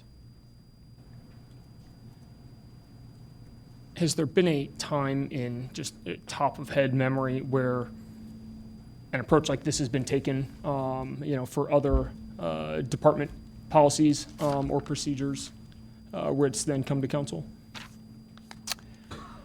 I can't think of anything off the top of my head. I'm sorry, I can't think of any other one. Yeah, okay. So I guess that's what I wrestle with is, not the substance of what we're talking about, because that I'm on board with. It's whether the decision is to be made up here, or whether, doing so sets a precedence that, invites council action into departmental and staff level operating decisions that, frankly, I don't, think is council's place. So, that's something that I will continue to go back and forth on in the following minutes and ahead of our vote. But again, want to reiterate, as has been said by everybody around this table, that the validities of feelings of insecurity, the reality that some members of our community face is very real and something that I think all of us take very sincerely and take very seriously in wanting to make sure that we have a community where people want to live, where they feel welcome to live, and where they can be protected. So I'll leave it at that. Thanks. Mr. McCarthy?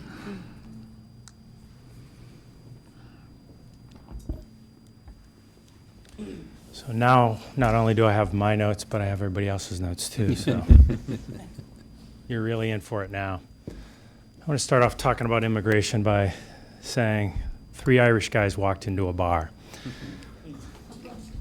Not funny? Okay. Thought maybe we could laugh a little bit.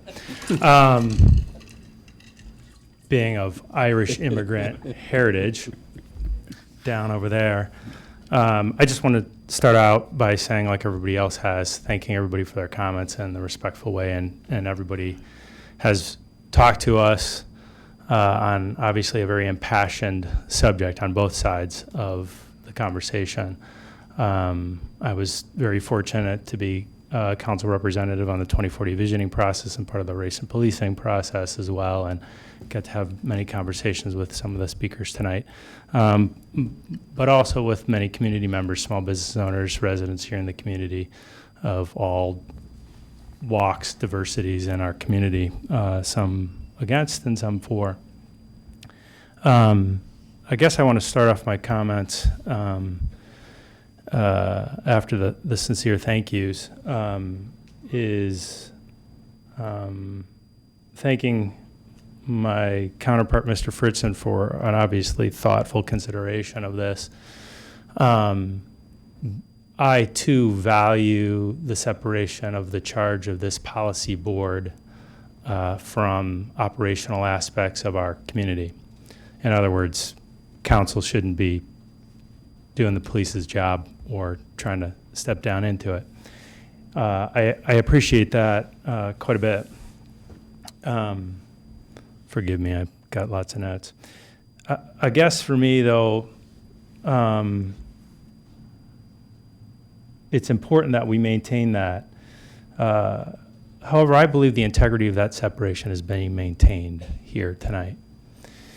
And so for me, I suppose the difference is this, is that the council isn't originating the policy. The police department and its staff is originating the policy, not the policy board. We're being asked to approve a policy that's been created, in fact, by those that are charged with the operations of our police department, in concert with the citizens that came forth, obviously, who are on some level, shape, or form being affected by this on a daily basis. So for me, this is that's a fundamental difference. Although the sentiment I very much agree with, that this board should remain a policy board and for all intents and purposes not be immersed in operations. And I think we have a great history of that, and we have great respect for our department heads, the chief included, and all of our department heads for the jobs that they do, because quite frankly, I don't know anything about asphalt. So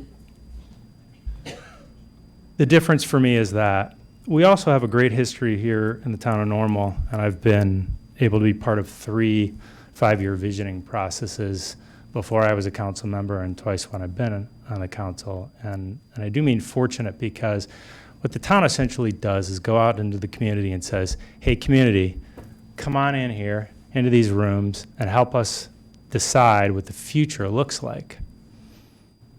And we had 1,700 as part of our comp plan. I don't know how many hundred as part of our 2040 visioning plan, and a very tight, diverse group as part of our race and policing.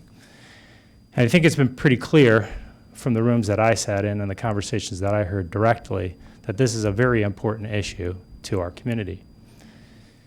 And although we should maintain a separation between policy and operations, policy informs operations.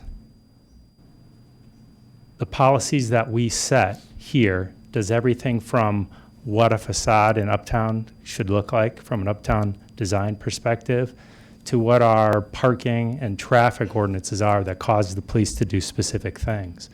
The policies we make inform operations in every single day and every single department that we have here. There is really a fine line, to Mr. Fritzen's point. And so tonight, I think we do have an opportunity.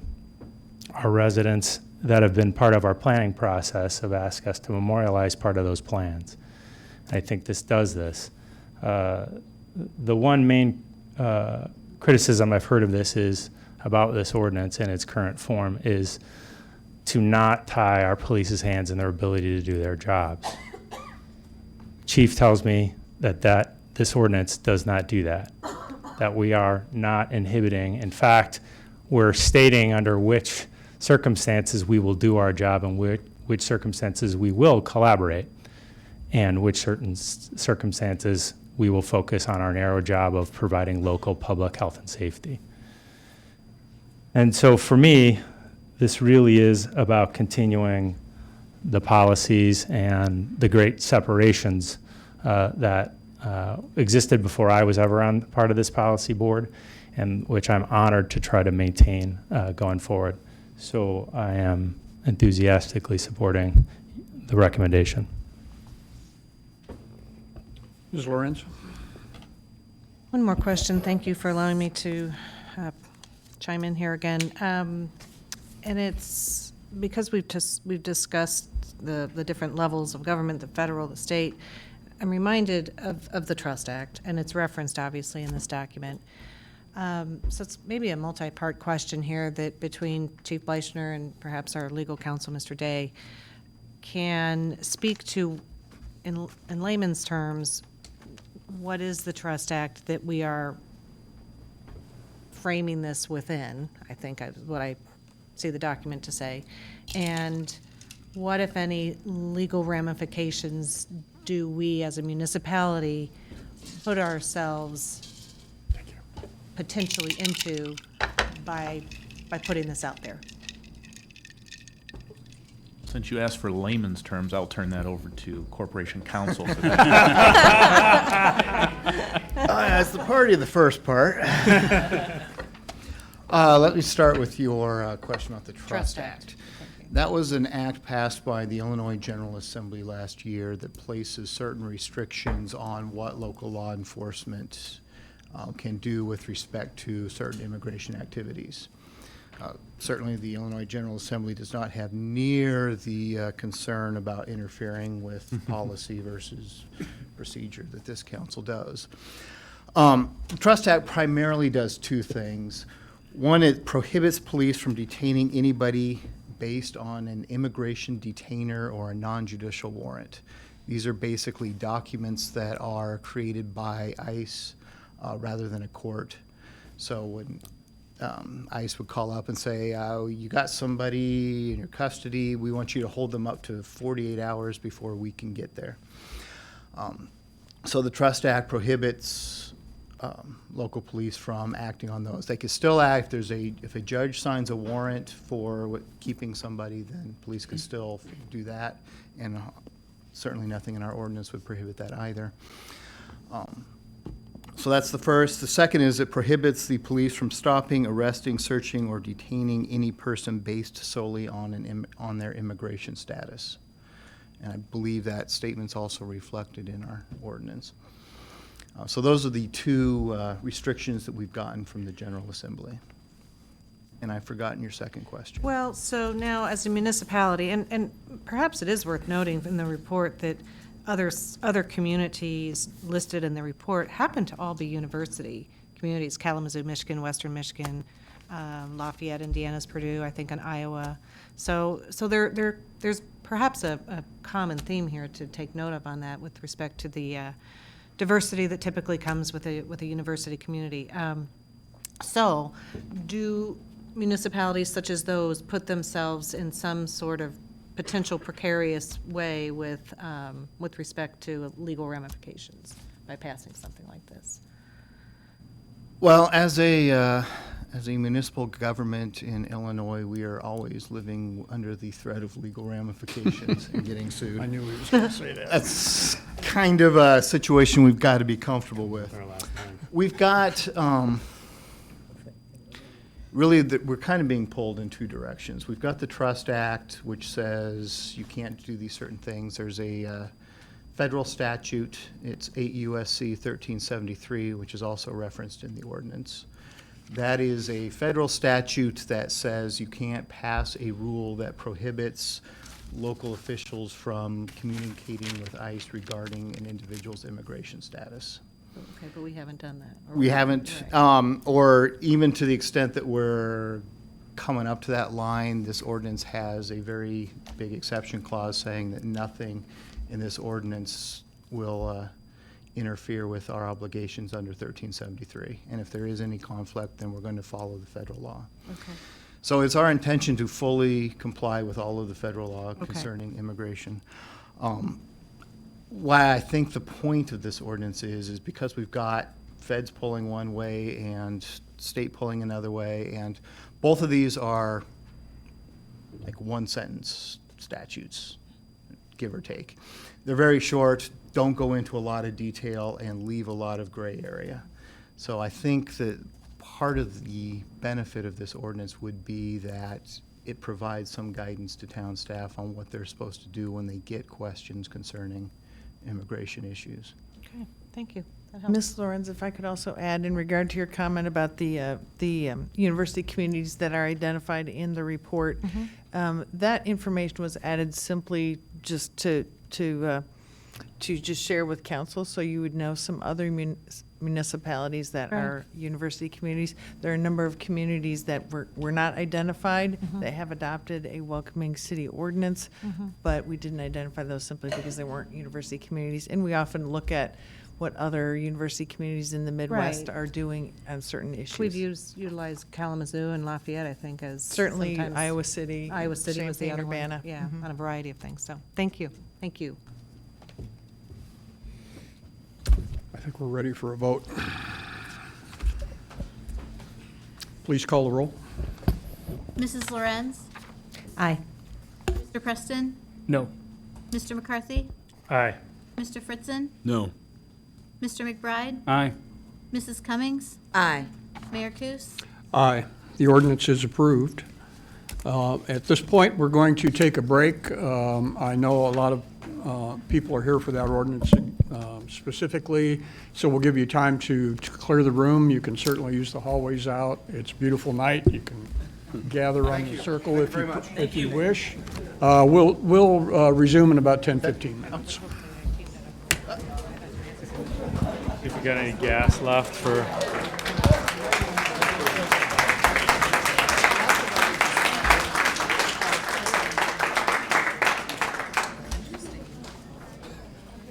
That's what we do here. To be in, yeah. So I almost did too, but I didn't. So, Mr. Day, did I hear you right say that passing this would be beneficial? That's something to Dude, I think I wrote that down. I don't want to square you into semantics.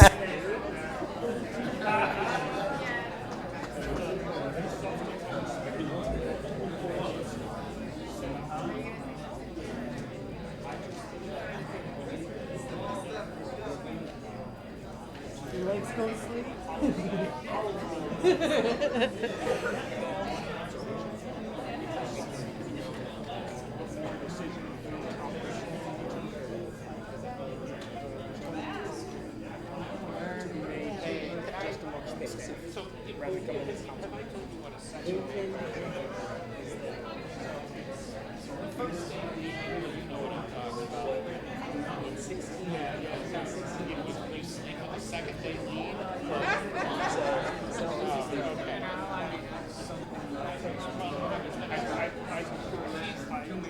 Part of the second date.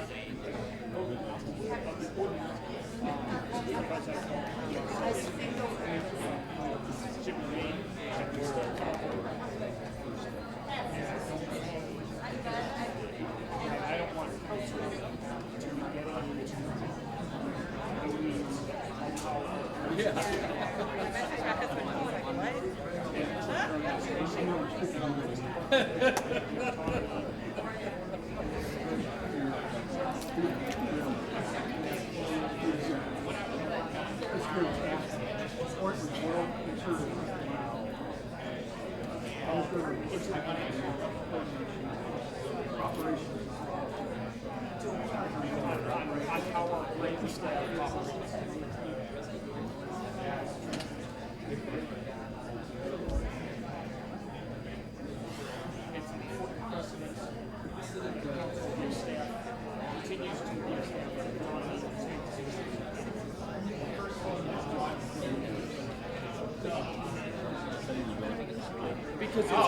Because it's a policy. The police department that police department forever already. Correct. And it is just, I mean, it's a police department policy. They have, within the department, and have been operating like that forever.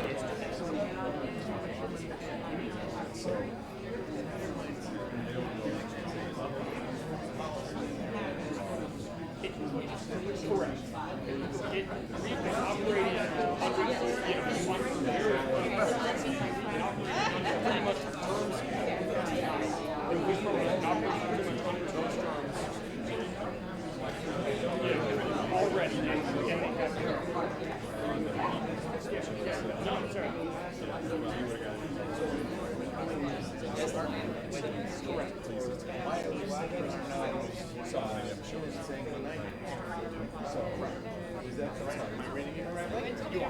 You are. And if they want to say that they have, the police department can, put it on people as official procedure for them. It's not something that the council can, you can participate in. You got it.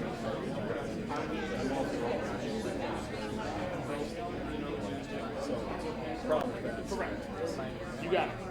You got it. And no, you are.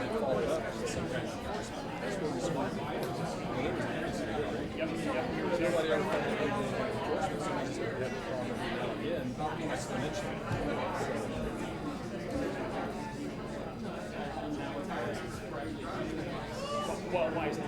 Why is the council?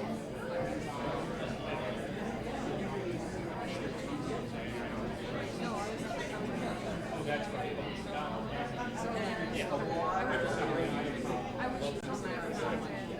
And there's no reason that it not continue without ever coming to council.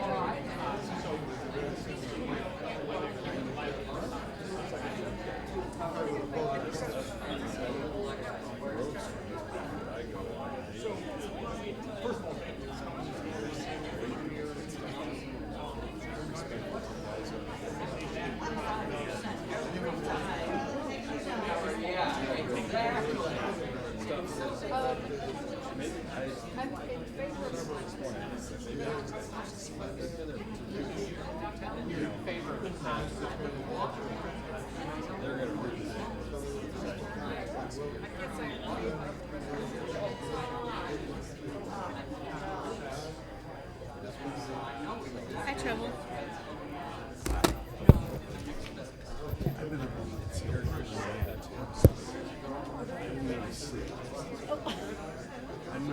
So it just adds to your general crankiness.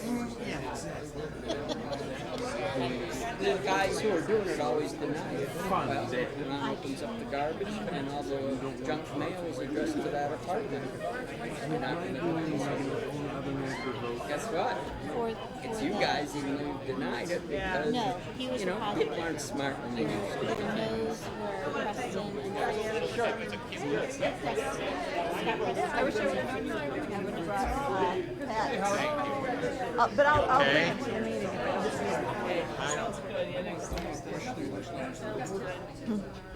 Don't get yourself sick. Hey, happy birthday.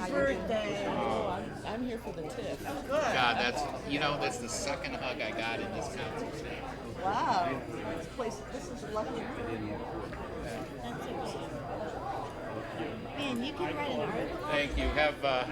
Aren't you lucky with all the play the other issue?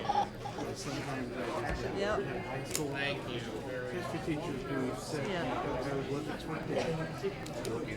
Is that shorthand or is that just regular? That's just your handwriting? So if I'm here, how can I see my? I think I'm gonna have to move something. Well, I mean, I don't have to read it. I get it in typewritten for paper, so I don't have to read that.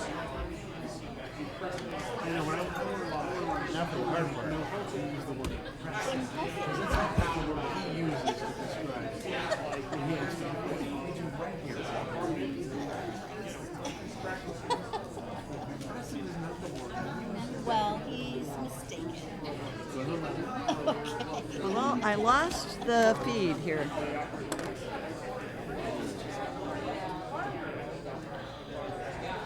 Did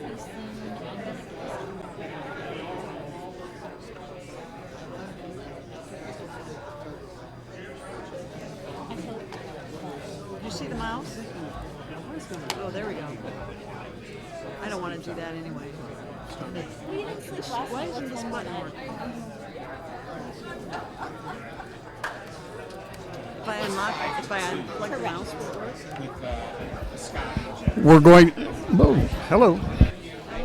We're going to resume in about 1 minute.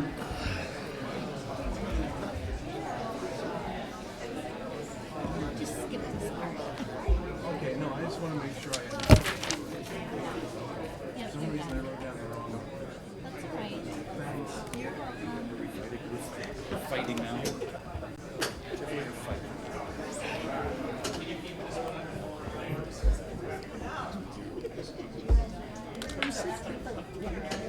All right, listen, I got to get up at 4 o'clock in the morning. Let's make this quick. Okay.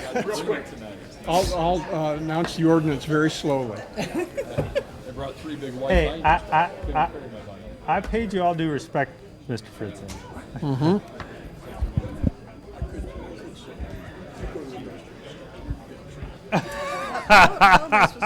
But I won't do that. I did go. So we have to make this quick because I got to go. Might have just sat there too. Oh, we run a program Tuesday, Thursday mornings that start at 5 o'clock in the morning. So every Tuesday, Thursday, I'm up at 4 o'clock in the morning. Microphone and do all this at the same I think time. you're good to go now. What are you doing? Started, I'll introduce what Sally's going to do, and then we'll be all set. We have Kim out here somewhere. If I'm lucky, I'm drinking coffee. We lost her. All right, is he in the bathroom? Because if he's not, I'm going. Okay, then I'll wait.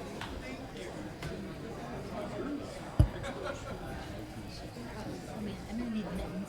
I know, my feet are I know, numb. my hands got super Luckily, I cold. brought my sweater, so I got my legs covered up. I kept doing this away from the mic. I'm like, freaking cold, man. But my hands are always cold, though. But my heart is really warm. Oh.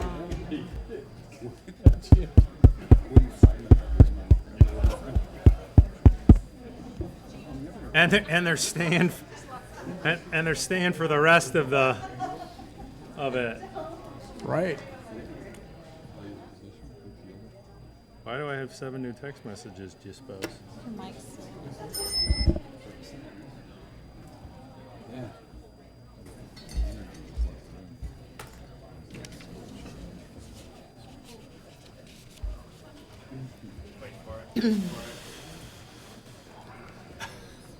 Well, my husband texted me, he's like, your microphone's on. I'm like, no, it's in Kevin's. Mine?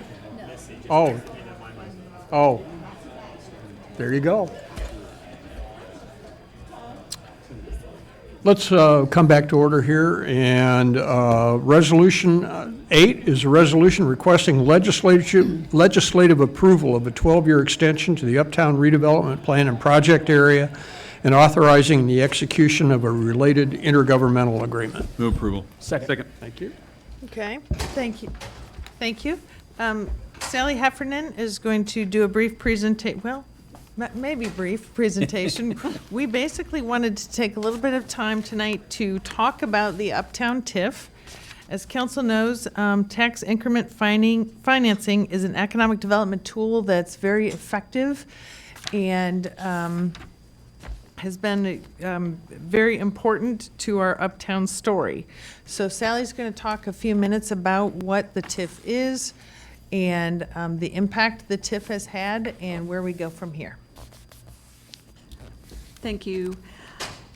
I was asked to give just a brief background of what tax increment financing is and how a TIF is formed. TIF is a funding mechanism. It was created by the state of Illinois to grant municipalities the ability to revitalize blighted areas. In order to form a TIF, a municipality must announce in a public meeting the intent to create a TIF, prove the area to be TIFed meets multiple blighting factors established by the TIF statute, notify all affected taxing bodies of the intent to create a TIF, notify all property owners and residents inside the TIF and in the surrounding area of the intent to create a TIF, create a redevelopment plan with a budget and target projects, publish the TIF redevelopment plan for public comment in advance of considering its approval, hold a public meeting, hold a meeting of the Joint Review Board with members from the major taxing bodies affected by the TIF, where a vote is taken to recommend or not recommend the TIF to be approved. The JRB cannot prevent the municipality from forming a TIF, but it can force a supermajority vote of the municipal governing body. Finally, the municipality must pass 3 ordinances approving the redevelopment plan and tax increment financing, and this process takes 4 to 6 months. Newly created TIFs are limited to 23 years in Illinois. Once a TIF is formed, the equalized assessed value in the TIF area is determined and a base is established for each parcel. Gets a little confusing for people, so I've pulled out 2 parcels from the Uptown TIF. The first one is Medici. You'll see that the TIF base value when the TIF was formed was $125,548. There was a building there, but obviously not Medici. After the Medici, the restaurant, was built, the next net taxable value was $386,330. So that means the value to TIF districts currently, or value to the taxing bodies, currently of that parcel is $125,548, and that's what their property taxes are based on. The value to the TIF increment is $260,782. That's the amount of funding that's put into the TIF district to revitalize the area. When a parcel is redeveloped, the AV increases, as noted in the last column, is the total assessment. The difference between the total assessment and the base value, as I mentioned, is the increment in the 5th column, and taxing bodies continue to receive taxes attributable to the original base as long as the total assessment is at or above the base. If the assessment falls below the base or the tax parcel becomes exempt from tax, then taxes collected will be decreased, or in the case of an exempt parcel, there will be no tax paid to taxing bodies or to the TIF fund. And that's exactly what's going on in that second parcel. That is the large parking lot on the northeast arc of the circle that is yet to be developed, the parcel we're talking about developing. So you're looking at a base value of $133,912, which represents the buildings that were on that site when the TIF was formed. We bought the property, so we're a tax-exempt entity. So there's no value to the districts, there's no value to the TIF, and that is why why we're asking to expand the TIF for another 12 years, because right now, as that parcel sits, it's not, there's no value to anyone.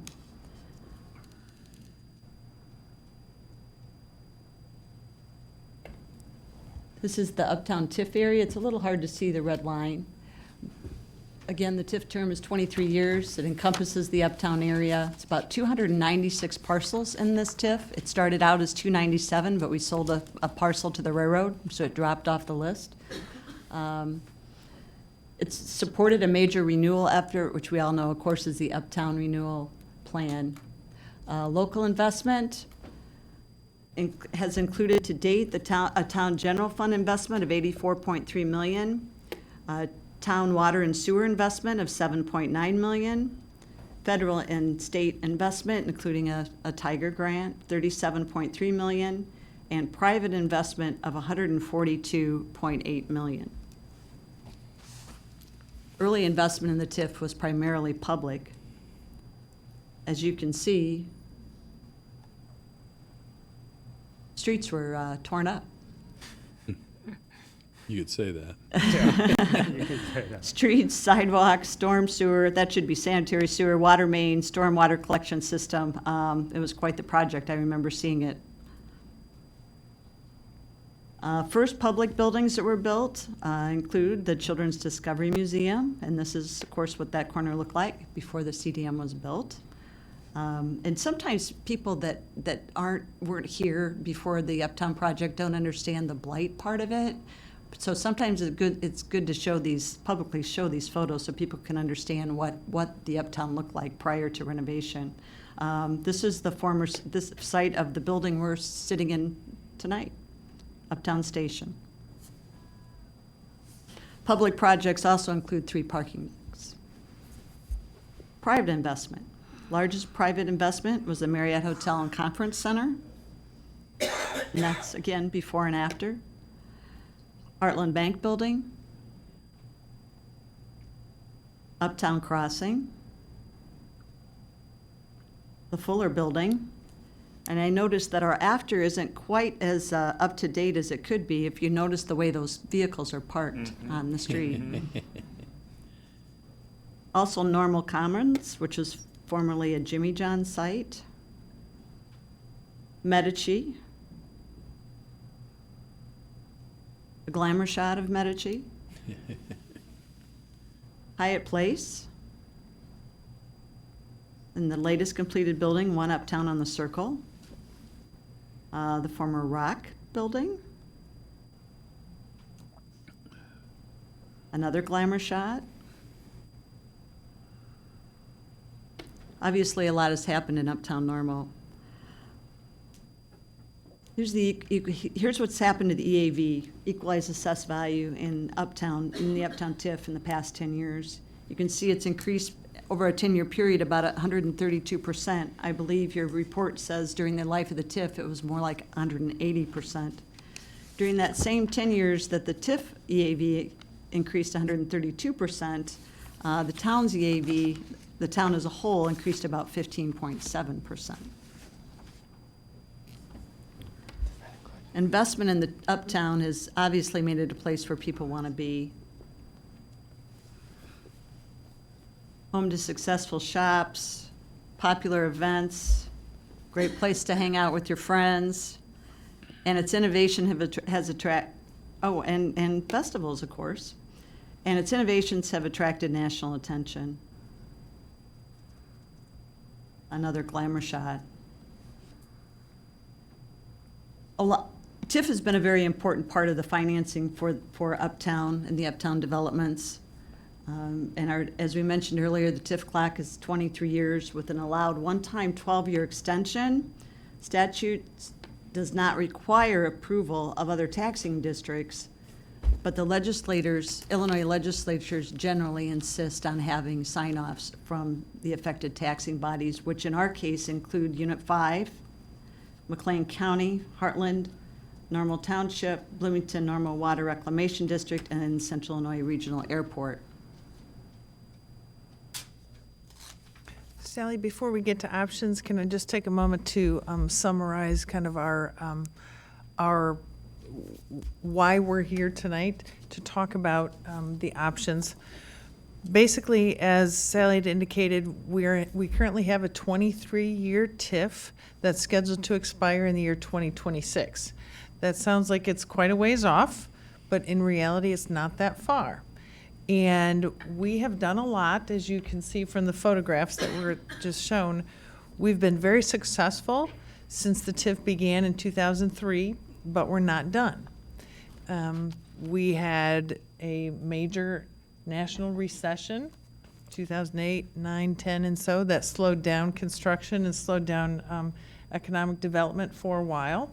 So we have some unfinished work. The original plan that was adopted in 2003 indicated that the entire TIF area was going to be a focus. And while we've done significant work, the area from the circle north to Mulberry Street has not yet been completed. And Sally will probably shares a slide that talks about the area that we're focusing on. As staff is beginning to prepare conversations with individuals that are looking at redeveloping certain portions of that area, we need to know if we're going to be able to negotiate a redevelopment agreement with a life that ceases in 2026 for the TIF benefits, or if there's a potential to extend that further. So we are recommending an extension of the TIF, but Sally's going to talk about some of the options that we considered, and then we'll get into questions and go into more detail. So, Can you go back one slide, please? Second bullet, statute does not require approval of other taxing districts. So true. we could pass an extension. I mean, that says we could pass an extension without their approval. However, we can't seek the extension without a legislator entering it into the session in Springfield. And the next bullet is they generally insist on sign-offs. So even though the statute allows, we've never done one that I recall where. we haven't asked for an extension at I this mean, point. but even on is that just apply to extensions, or does that apply to TIFs? Just extensions. Just extensions, okay. And I think that the point here was that the statute says one thing, but the practice of the legislators is another. Yeah. But even when we've established the TIFs from scratch, we've always gone out of our way to make sure the other taxing bodies are along with us on it and understand the long-term benefit of doing it. Okay, thank you. So as Pam mentioned, we discussed several options, and we discussed those with our TIF consultant. We could let the TIF expire in 2026. Taxing districts would receive the benefit of the increases in the EAV, but the window for TIF funding would be too narrow to attract significant development projects, as we've already mentioned. And that means there would be less opportunities to substantially increase future EAV for the taxing bodies. Second option, TIF continues until 2026, but in 2018, this year, we would carve out the undeveloped parcels and create a second TIF consisting only of those parcels. So we'd have one TIF that would not include those parcels that would continue until 2026, and a second one that would begin its 23-year life in 2018. Taxing districts would receive the benefit of the enhanced EAV on parcels not included in the new TIF. That would mean, of course, when the first TIF expired. In order to meet criteria for the TIF creation, additional properties beyond those currently vacant would need to be included in a new TIF, and the EAV of all parcels included in the new TIF district would be unavailable to the taxing bodies for an additional 23 years. Option 3, modify the TIF boundaries now to retain only the undeveloped parcels. Pros, of course, the taxing districts would immediately receive the benefit of the enhanced EAV. Unfortunately, the TIF would lose EAV and corresponding tax revenue of surplus parcels and would be unable to pay private development and bond commitments. Extend the TIF for 12 years. The town would continue to leverage Uptown TIF revenue to support all pending and future development projects, significantly enhancing the town's ability to continue the success achieved to date on the Uptown Renewal Plan. Taxing districts would need to wait an additional 12 years before enjoying any of the benefits from the investments in Uptown. Option 5, and this is the option we're favoring, extend the TIF for 12 years and, during the extension period, annually declare as surplus 100% of the TIF increment generated on all parcels except those which remain undeveloped, defined in the intergovernmental agreement as development parcels. Positives, during the extension period, taxing districts would receive the benefit of the increase in EAV on all but the development parcels. The town will retain the ability to leverage private investment with TIF funds generated from development. The parcels identified as development parcels are in large part publicly owned and exempt from property tax, as that parcel I showed at the beginning of the presentation. As these parcels are sold to private developers, they will return to the tax rolls, producing income for the taxing bodies as soon as they are assessed, which may be well before the end of the current TIF year. Again, if the property is sold to private developer, something is built on it, it comes up to the original tax TIF base, and the taxing bodies would begin getting additional revenue immediately. And we can't think of any negatives for this. Pam likes to call it her win-win, and we agree with that. This is the TIF area again, red boundary. The green parcels are the ones that are referred to as development parcels in the intergovernmental agreement. They're vacant parcels, and a few adjacent to the vacant parcels included as development sites in the Uptown, included as development sites in both the Uptown Renewal and the Uptown TIF plans.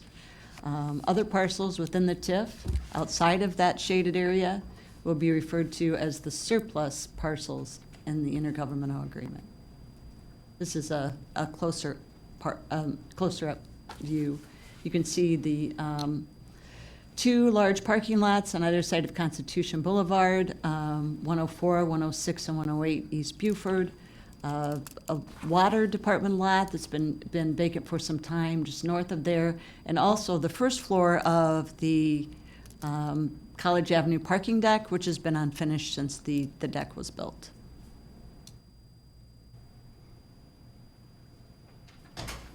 Timeline again. The green line represents the original TIF period, 26 years. The yellow line, the TIF extension of additional 12. Excuse me, 23 years. And I'm sorry, 23. It ends in 2026, and yeah, you're right, 23 years. Ending again in 2026. At the end of the original 23-year period, all taxing districts receive the benefit of the Uptown investment and declare a surplus each year of the 12 years beyond that, the original TIF.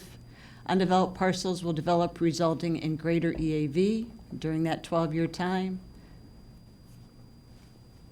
So when the extension expires, we'll all enjoy a higher level of investment. The estimated TIF revenue of $3 million each year to share with taxing bodies each year of that 12-year period. It will probably increase naturally over that time period, but we're estimating the first year it'll be at least $3 million. And that $3 million would be shared back with all the taxing bodies based on their prorated share of the tax bill. And so it's really, it's almost equivalent to the TIF expiring for them. It would be, depending on how the vacant parcels would develop between now and then, which we think is very unlikely, it's close to being equivalent. Recap our option 5. What we're suggesting is extend the TIF for 12 years. During the extension period, declare 100% surplus on increment each year on parcels that have already been developed. Again, we're calling them the surplus parcels. Share the benefit of Uptown investment with all taxing districts during the extension period, and allow the town to continue development and increase the AV of the remaining parcels, the parcels we're calling the development parcels. So in a sort of in a nutshell, sort of the layperson's version of all this, we've looked at a variety of options.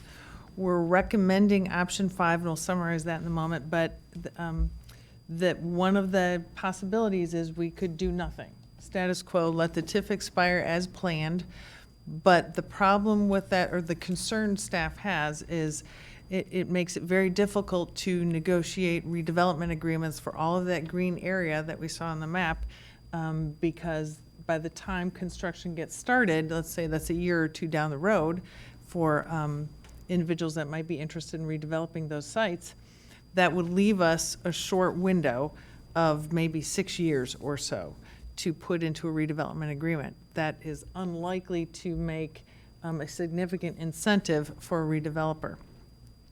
And so the end result would be, in all likelihood, that green area would have minimal increase in EAV if we did the do nothing option. And much of that property is currently municipally owned, tax exempt.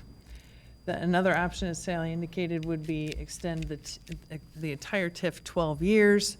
The problem with that scenario, frankly, is the impact on the other taxing bodies. They would have to wait 12 more years to see the impact of how much the EAV has already grown in the TIF. And then a couple other scenarios where we play around with carving out the green area. So what we think option 5 is, and Sally said, I do keep calling it a win-win because I believe it is a win-win solution, where we ask all the taxing bodies to support extending the life of the TIF as the current boundaries exist, 12 more years, because A, that's a relatively timely process. We should be able to get that through and get approved relatively quickly, much faster than any other options. And we can also then, we would also execute an intergovernmental agreement with our taxing body partners that would identify what happens during that 12-year extension. And the impact of the 12-year extension would be very similar or as if the TIF had expired, because we would be taking that EAV increment, the EAV growth that's happened on the already developed parcels, and share that surplus back each year with our taxing body partners. So in effect, trying to make them whole for in what they would have gotten had the TIF expired. And then the parcels that are green that have not yet developed, that does allow us the opportunity to have an additional 12 years to negotiate for a redevelopment agreement, thus potentially a full 16 to 18 years or so on a redevelopment agreement, which is likely to be much more feasible when we're working with and talking with redevelopers. And frankly, we have a couple of conversations going with folks right now. So that's sort of the layperson's version of all this. That's a lot of data. And I'm sorry, our screens weren't working, so we were looking at the big screens from afar, so some of that was hard to see. But the reality is, I think we've got a great story to tell in terms of the success of the Uptown TIF to date with the growth in the EAV. And if we can extend the TIF 12 more years, then we believe there will be additional growth in EAV due to the green areas that have not yet developed, ultimately becoming developed. So I'm going to try and take this even more lay with questions. Effectively, we have parcels that were identified in green that we were calling development parcels. Those would effectively be the only parcels under the TIF, by our actions, would be the only parcels under the TIF after 2026. In other words, as far as the revenues generated by the Marriott Hotel, the Hyatt Place Hotel, in 2026, all the taxing bodies would get the full benefit of that TIF increment being restored to them. I think this is a critical point. That is correct. Those parcels that you just identified, for example, the Marriott, the Hyatt Place, and all the other parcels that we saw in those beautiful photos, those are actually called development parcels in the agreement, and that would be shared back with taxing bodies. So they would get the benefit of those investments. And after 2026, if somebody had decided to develop a piece of property that was not in what we're calling the development parcel area, there would be no TIF increment involved in those properties after 2026. Well, In other words, if somebody, I hate to say this because the last time we talked about doing something with Ace Hardware in a theoretical scenario, we almost got killed over Don't that. go there, yeah. Yeah, exactly. well, I can say those parcels still remain within the TIF boundaries. understand that, but- So I'll have to defer to Sally how Yeah. that would work if that came. The way a surplus declaration works, surplus declaration is not, it's getting more common, especially when it comes to extensions of TIFs. But the statute says that if you have any money left in your TIF at the end of a fiscal year and it's not promised to anything, it's not committed to paying off bonds, it's not committed to a development agreement, you haven't taken some action to use that money for some specific purpose, you are supposed to declare a surplus on those funds and give them back to the taxing bodies. It doesn't happen probably as often as it should, and it's not a problem for us because we've committed our funds in all of our TIF districts. But you can choose to declare surplus on anything in your TIF district without necessarily having it statutorily be required to do it. So in this case, what we'd say to the other taxing bodies is, after 26 years, we are going to declare a surplus on 23 years. I'm sorry. In 2020, after 2026, after 23 years, we are going to declare all of the increment that's produced from these surplus parcels, the parcels outside the green area, as surplus, and we're going to return it to the county, who will then distribute it to you as they do general property tax revenue. I'm just trying to Yep. make this in, That's it. we used to say in 2001 and 2002, 2003, state this in third grade math. We don't need to quote ordinances and that. People really need to clearly understand what's going to happen in 2026. That's what I'm trying to get at. Yeah, and you're correct, if something would develop in 2025 outside of that green area, yes, all of that would be, whatever's in place in 2026 would be returned to the other taxing bodies. Another comment I want to make, two people in public comment tonight made the raised the issue, a valid issue on affordable housing in the Uptown area. And I think it's important to state that the TIF action in itself doesn't address that issue, but the Uptown plan, and specifically the Uptown 2.0 plan, does address that issue. And I think it's important to state that this council, when they adopted Uptown 2.0, identified the fact that there was a need for housing other than at the high end. And that is in our plan. It's available on our website. I'd encourage you to look at that. And a lot of the ground that is located in what we call 2.0, we think is better suited and ideally suited for what I'd call median low income in that area, or low cost. I won't say low income, median or low cost housing. So it's an issue that the council did consider, but it's really not something that TIF, one way or another, is going to address. Mr. Preston. And looking for staff to validate the claim that I'm about to make. Mayor, going along with that, the green areas that are targeted for redevelopment, there is almost no or no affordable housing within there currently. That could be replaced with new as a result of this TIF. So most all of the green space, to Mr. Buckley and Ms. Denton's points earlier, which I think were very good ones. We're talking primarily parking lot space, not buildings. We'd be removing affordable housing for new developments that would be out of that price range. Is that correct? Correct. Ms. Lorenz? Yeah, I'm still chewing on the, for academic purposes, the Ace Hardware example. So tell me again, if you could, what, if somebody came along in the extension,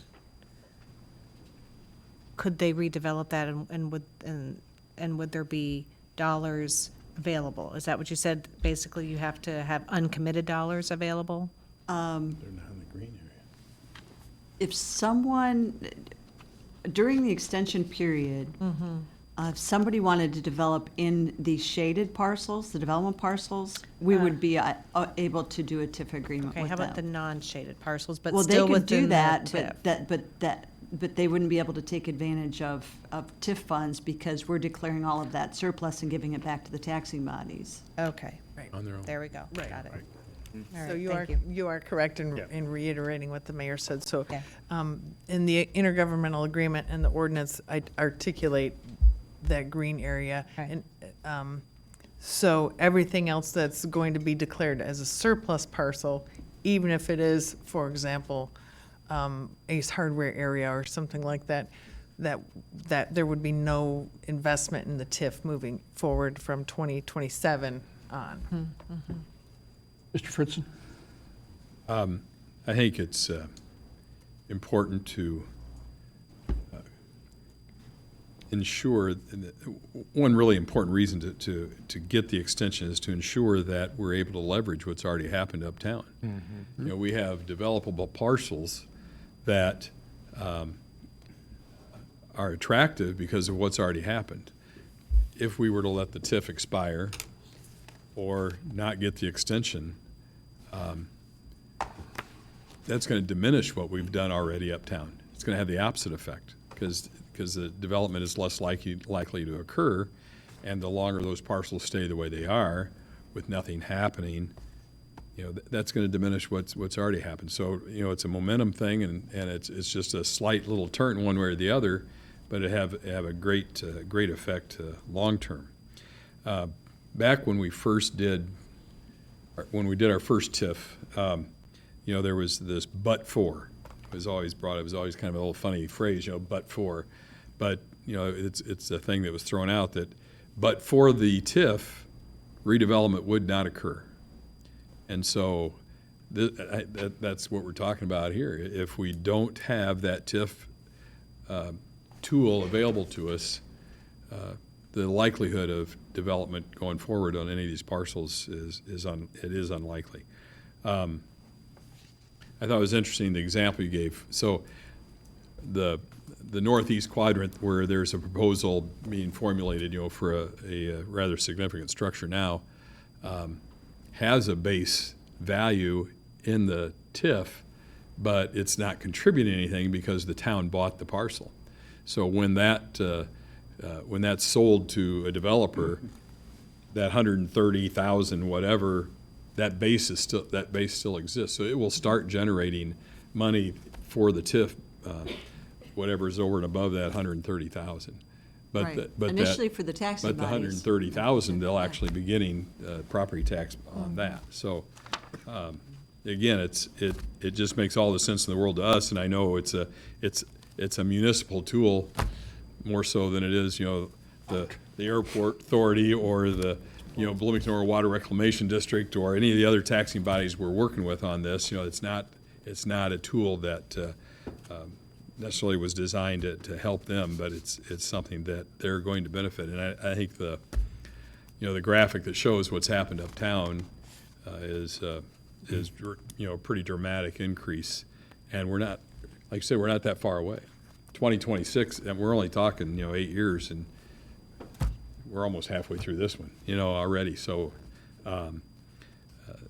it's not enough time for the significant type of development we're hoping to have to, you know, go from concept to, you know, planning to actual construction. You know, it's not much time for that, and it's not much time, you know, until we're at this point where we'll be able to distribute those funds, which I think is pretty exciting. I think we need to strike. We need everybody's help, you know, to pull along with us so that we can strike while there is interest and while, you know, what's happened uptown Normal is still new enough and fresh enough that it's going to help grow it some more. I think it's important too, kind of to the point, you know, made by the a couple of those that presented earlier.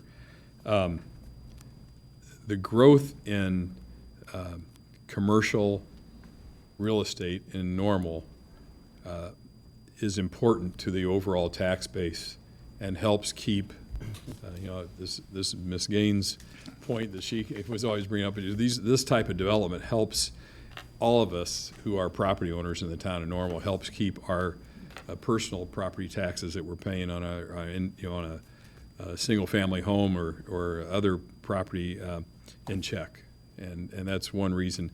That's one reason it's important, to develop that land to its fullest and best use, but also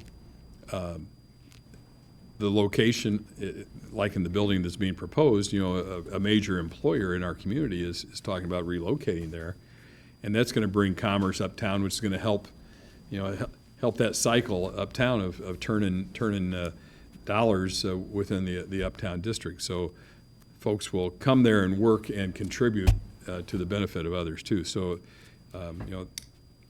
this isn't a insignificant thing we're asking for, and I think it's people need to understand that there are a lot of benefits to go around, even if you aren't in the district. I'm going to benefit on my own personal property tax bill. Ms. Cummings? Thank you. Don't want to belabor because we've been here long enough, and thanks for Jeff for your last comment because you stole part of my comment there. But want to make sure that it's understood tonight that, as Mayor said, that the TIF does not address economic diverse housing, but that is something at the very core of our thought, right at the center of our minds, and understand that it is something that needs to be talked about and addressed at some point. Tonight, we're here to really talk about a win situation for our additional taxing bodies, opportunity for them to see some additional revenues, as well as us continuing our vision for this community.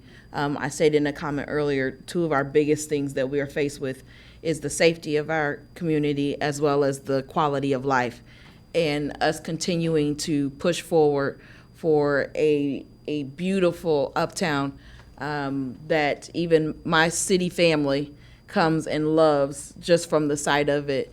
And they often talk about this little place we used to go, which was a treat for me to go as a kid, to go to Coventry in Cleveland. And they talk about how it reminds them of that every time that they come. It's just this little small quaint area that you can just easily stroll and enjoy. And I want to continue to help keep that in the forefront. I always keep that in the forefront of my mind as I continue to help on my council to make my city the city that I envision it to be. And so to me, I think we're doing something that's positive, that not only attracts, not only, sorry it's late, maintains the residents that are here, but we can begin to attract. One of the biggest things that breaks my heart is how many students come here and leave. And, part of it has been quality of life. And there's some other things that they've talked about, and I think those things can work itself out. But for the things that we can do and the things we can make better and the things that we can have an impact on, why not? That's the question we have to ask. Why not? Mr. Preston? This will be quick. Staff, can we get a reminder as to why south of the tracks is not included in the green targeted redevelopment areas as part of this action? Sure. I'll start and Sally can supplement. But for now, we wanted to move forward because of timing to keep the TIF boundaries as is and focus on the area north of the tracks where we know we have some pending economic development and redevelopment opportunities. The area south of the tracks, there isn't anything immediately on the horizon. So our position was that at the point we start thinking that something south of the tracks is likely to happen, we can come back with a new approach and maybe modify the TIF boundaries then and discuss something else south of the tracks. but that area south of the tracks is still municipally owned. It has been generally municipally owned, and we don't have anything on the horizon. So we thought for time's sake, just to move forward as is with boundaries, and if something else comes up along the ways in terms of planning for the south side of the tracks, we would come back. Sally, do you want to add to that? No, that's exactly what we talked about when we talked to our TIF consultant, because there isn't anything on the horizon. We felt it was prudent to not address the south side of the tracks at the time. But as Pam said, there are some alternatives down the road when we get ready, and we think that the time is right to develop the south side. There are alternatives. And I think it's important to point out that some of the other taxing bodies, if we were to do the south side of the tracks at this point, would ask, well, what are you going to do? Will it impact, I'm Unit 5, will it impact the number of students that are going to school? So those kind of questions, I think we need to be in a better position to answer before we do something like that. Yeah, makes a lot of sense. Thanks. Further? Mr. McCarthy. Just real quick, want to thank the two speakers that brought up affordable housing, or I think in our plan, some of the language talks about missing middle housing, if you go to look at that, and that's a little more contemporary, I guess, updated version of that, of the targeted housing that I think that you were looking at, and just want to lend my voice to say that I'm, for one, on this council is committed to seeing that part of Uptown 2.0 start to come to a reality, so everybody can afford, or most people can afford to be up or around Uptown. So thanks for bringing that to us. Thank you. Mr. McCarthy? Or Mr. The other Irish guy. Comment flashed through my mind, but I'm going to let that go. I can't be the only one up here to not say that I'm also committed to affordable housing, and I think that not just in the near Uptown and near campus area, but historically, I think that is housing diversity has been a problem within the town of Normal. I think we've actually gotten better with time, never quickly enough, but it's part of our comprehensive plan. It's part of Uptown 2.0, so it is something we're working on. But I thank both of the folks who made that point earlier. Thank you. Please call the roll. Mr. Preston? Aye. Mr. McCarthy? Aye. Mr. Fritzen? Aye. Mr. McBride? Aye. Mrs. Cummings? Aye. Mrs. Lorenz? Aye. Mayor Kus? Aye. The resolution is approved. That concludes our business tonight. Before adjournment, are there comments or concerns? Mr. What was your name? McBride. Thank you. Again, the same comment. The filter's engaged. I'm gonna let it go. First of all, I think I speak for all of us, although I don't necessarily want to assume that, but it is great to see you back in the chair. No offense to the mayor pro tem, who runs a very tidy meeting from what I understand. But it is great to see you back and in good health and in good spirits. Second thing is, as many of you, as you all know, I was not here last council meeting. I was part of a contingent of folks that went to Rivian's headquarters in Michigan. And I can say, after coming back, I'd always been, cautiously optimistic about what they are up to. And I came back very, very excited about what they are up to. There's no guarantees in life. There's certainly there are no guarantees in business, particularly one as competitive as that. But I will say that if we're going to be involved with a startup, I think that is a very, very good one to have in our community. Thank you. Motion for adjournment. So moved. Second. Please call the roll.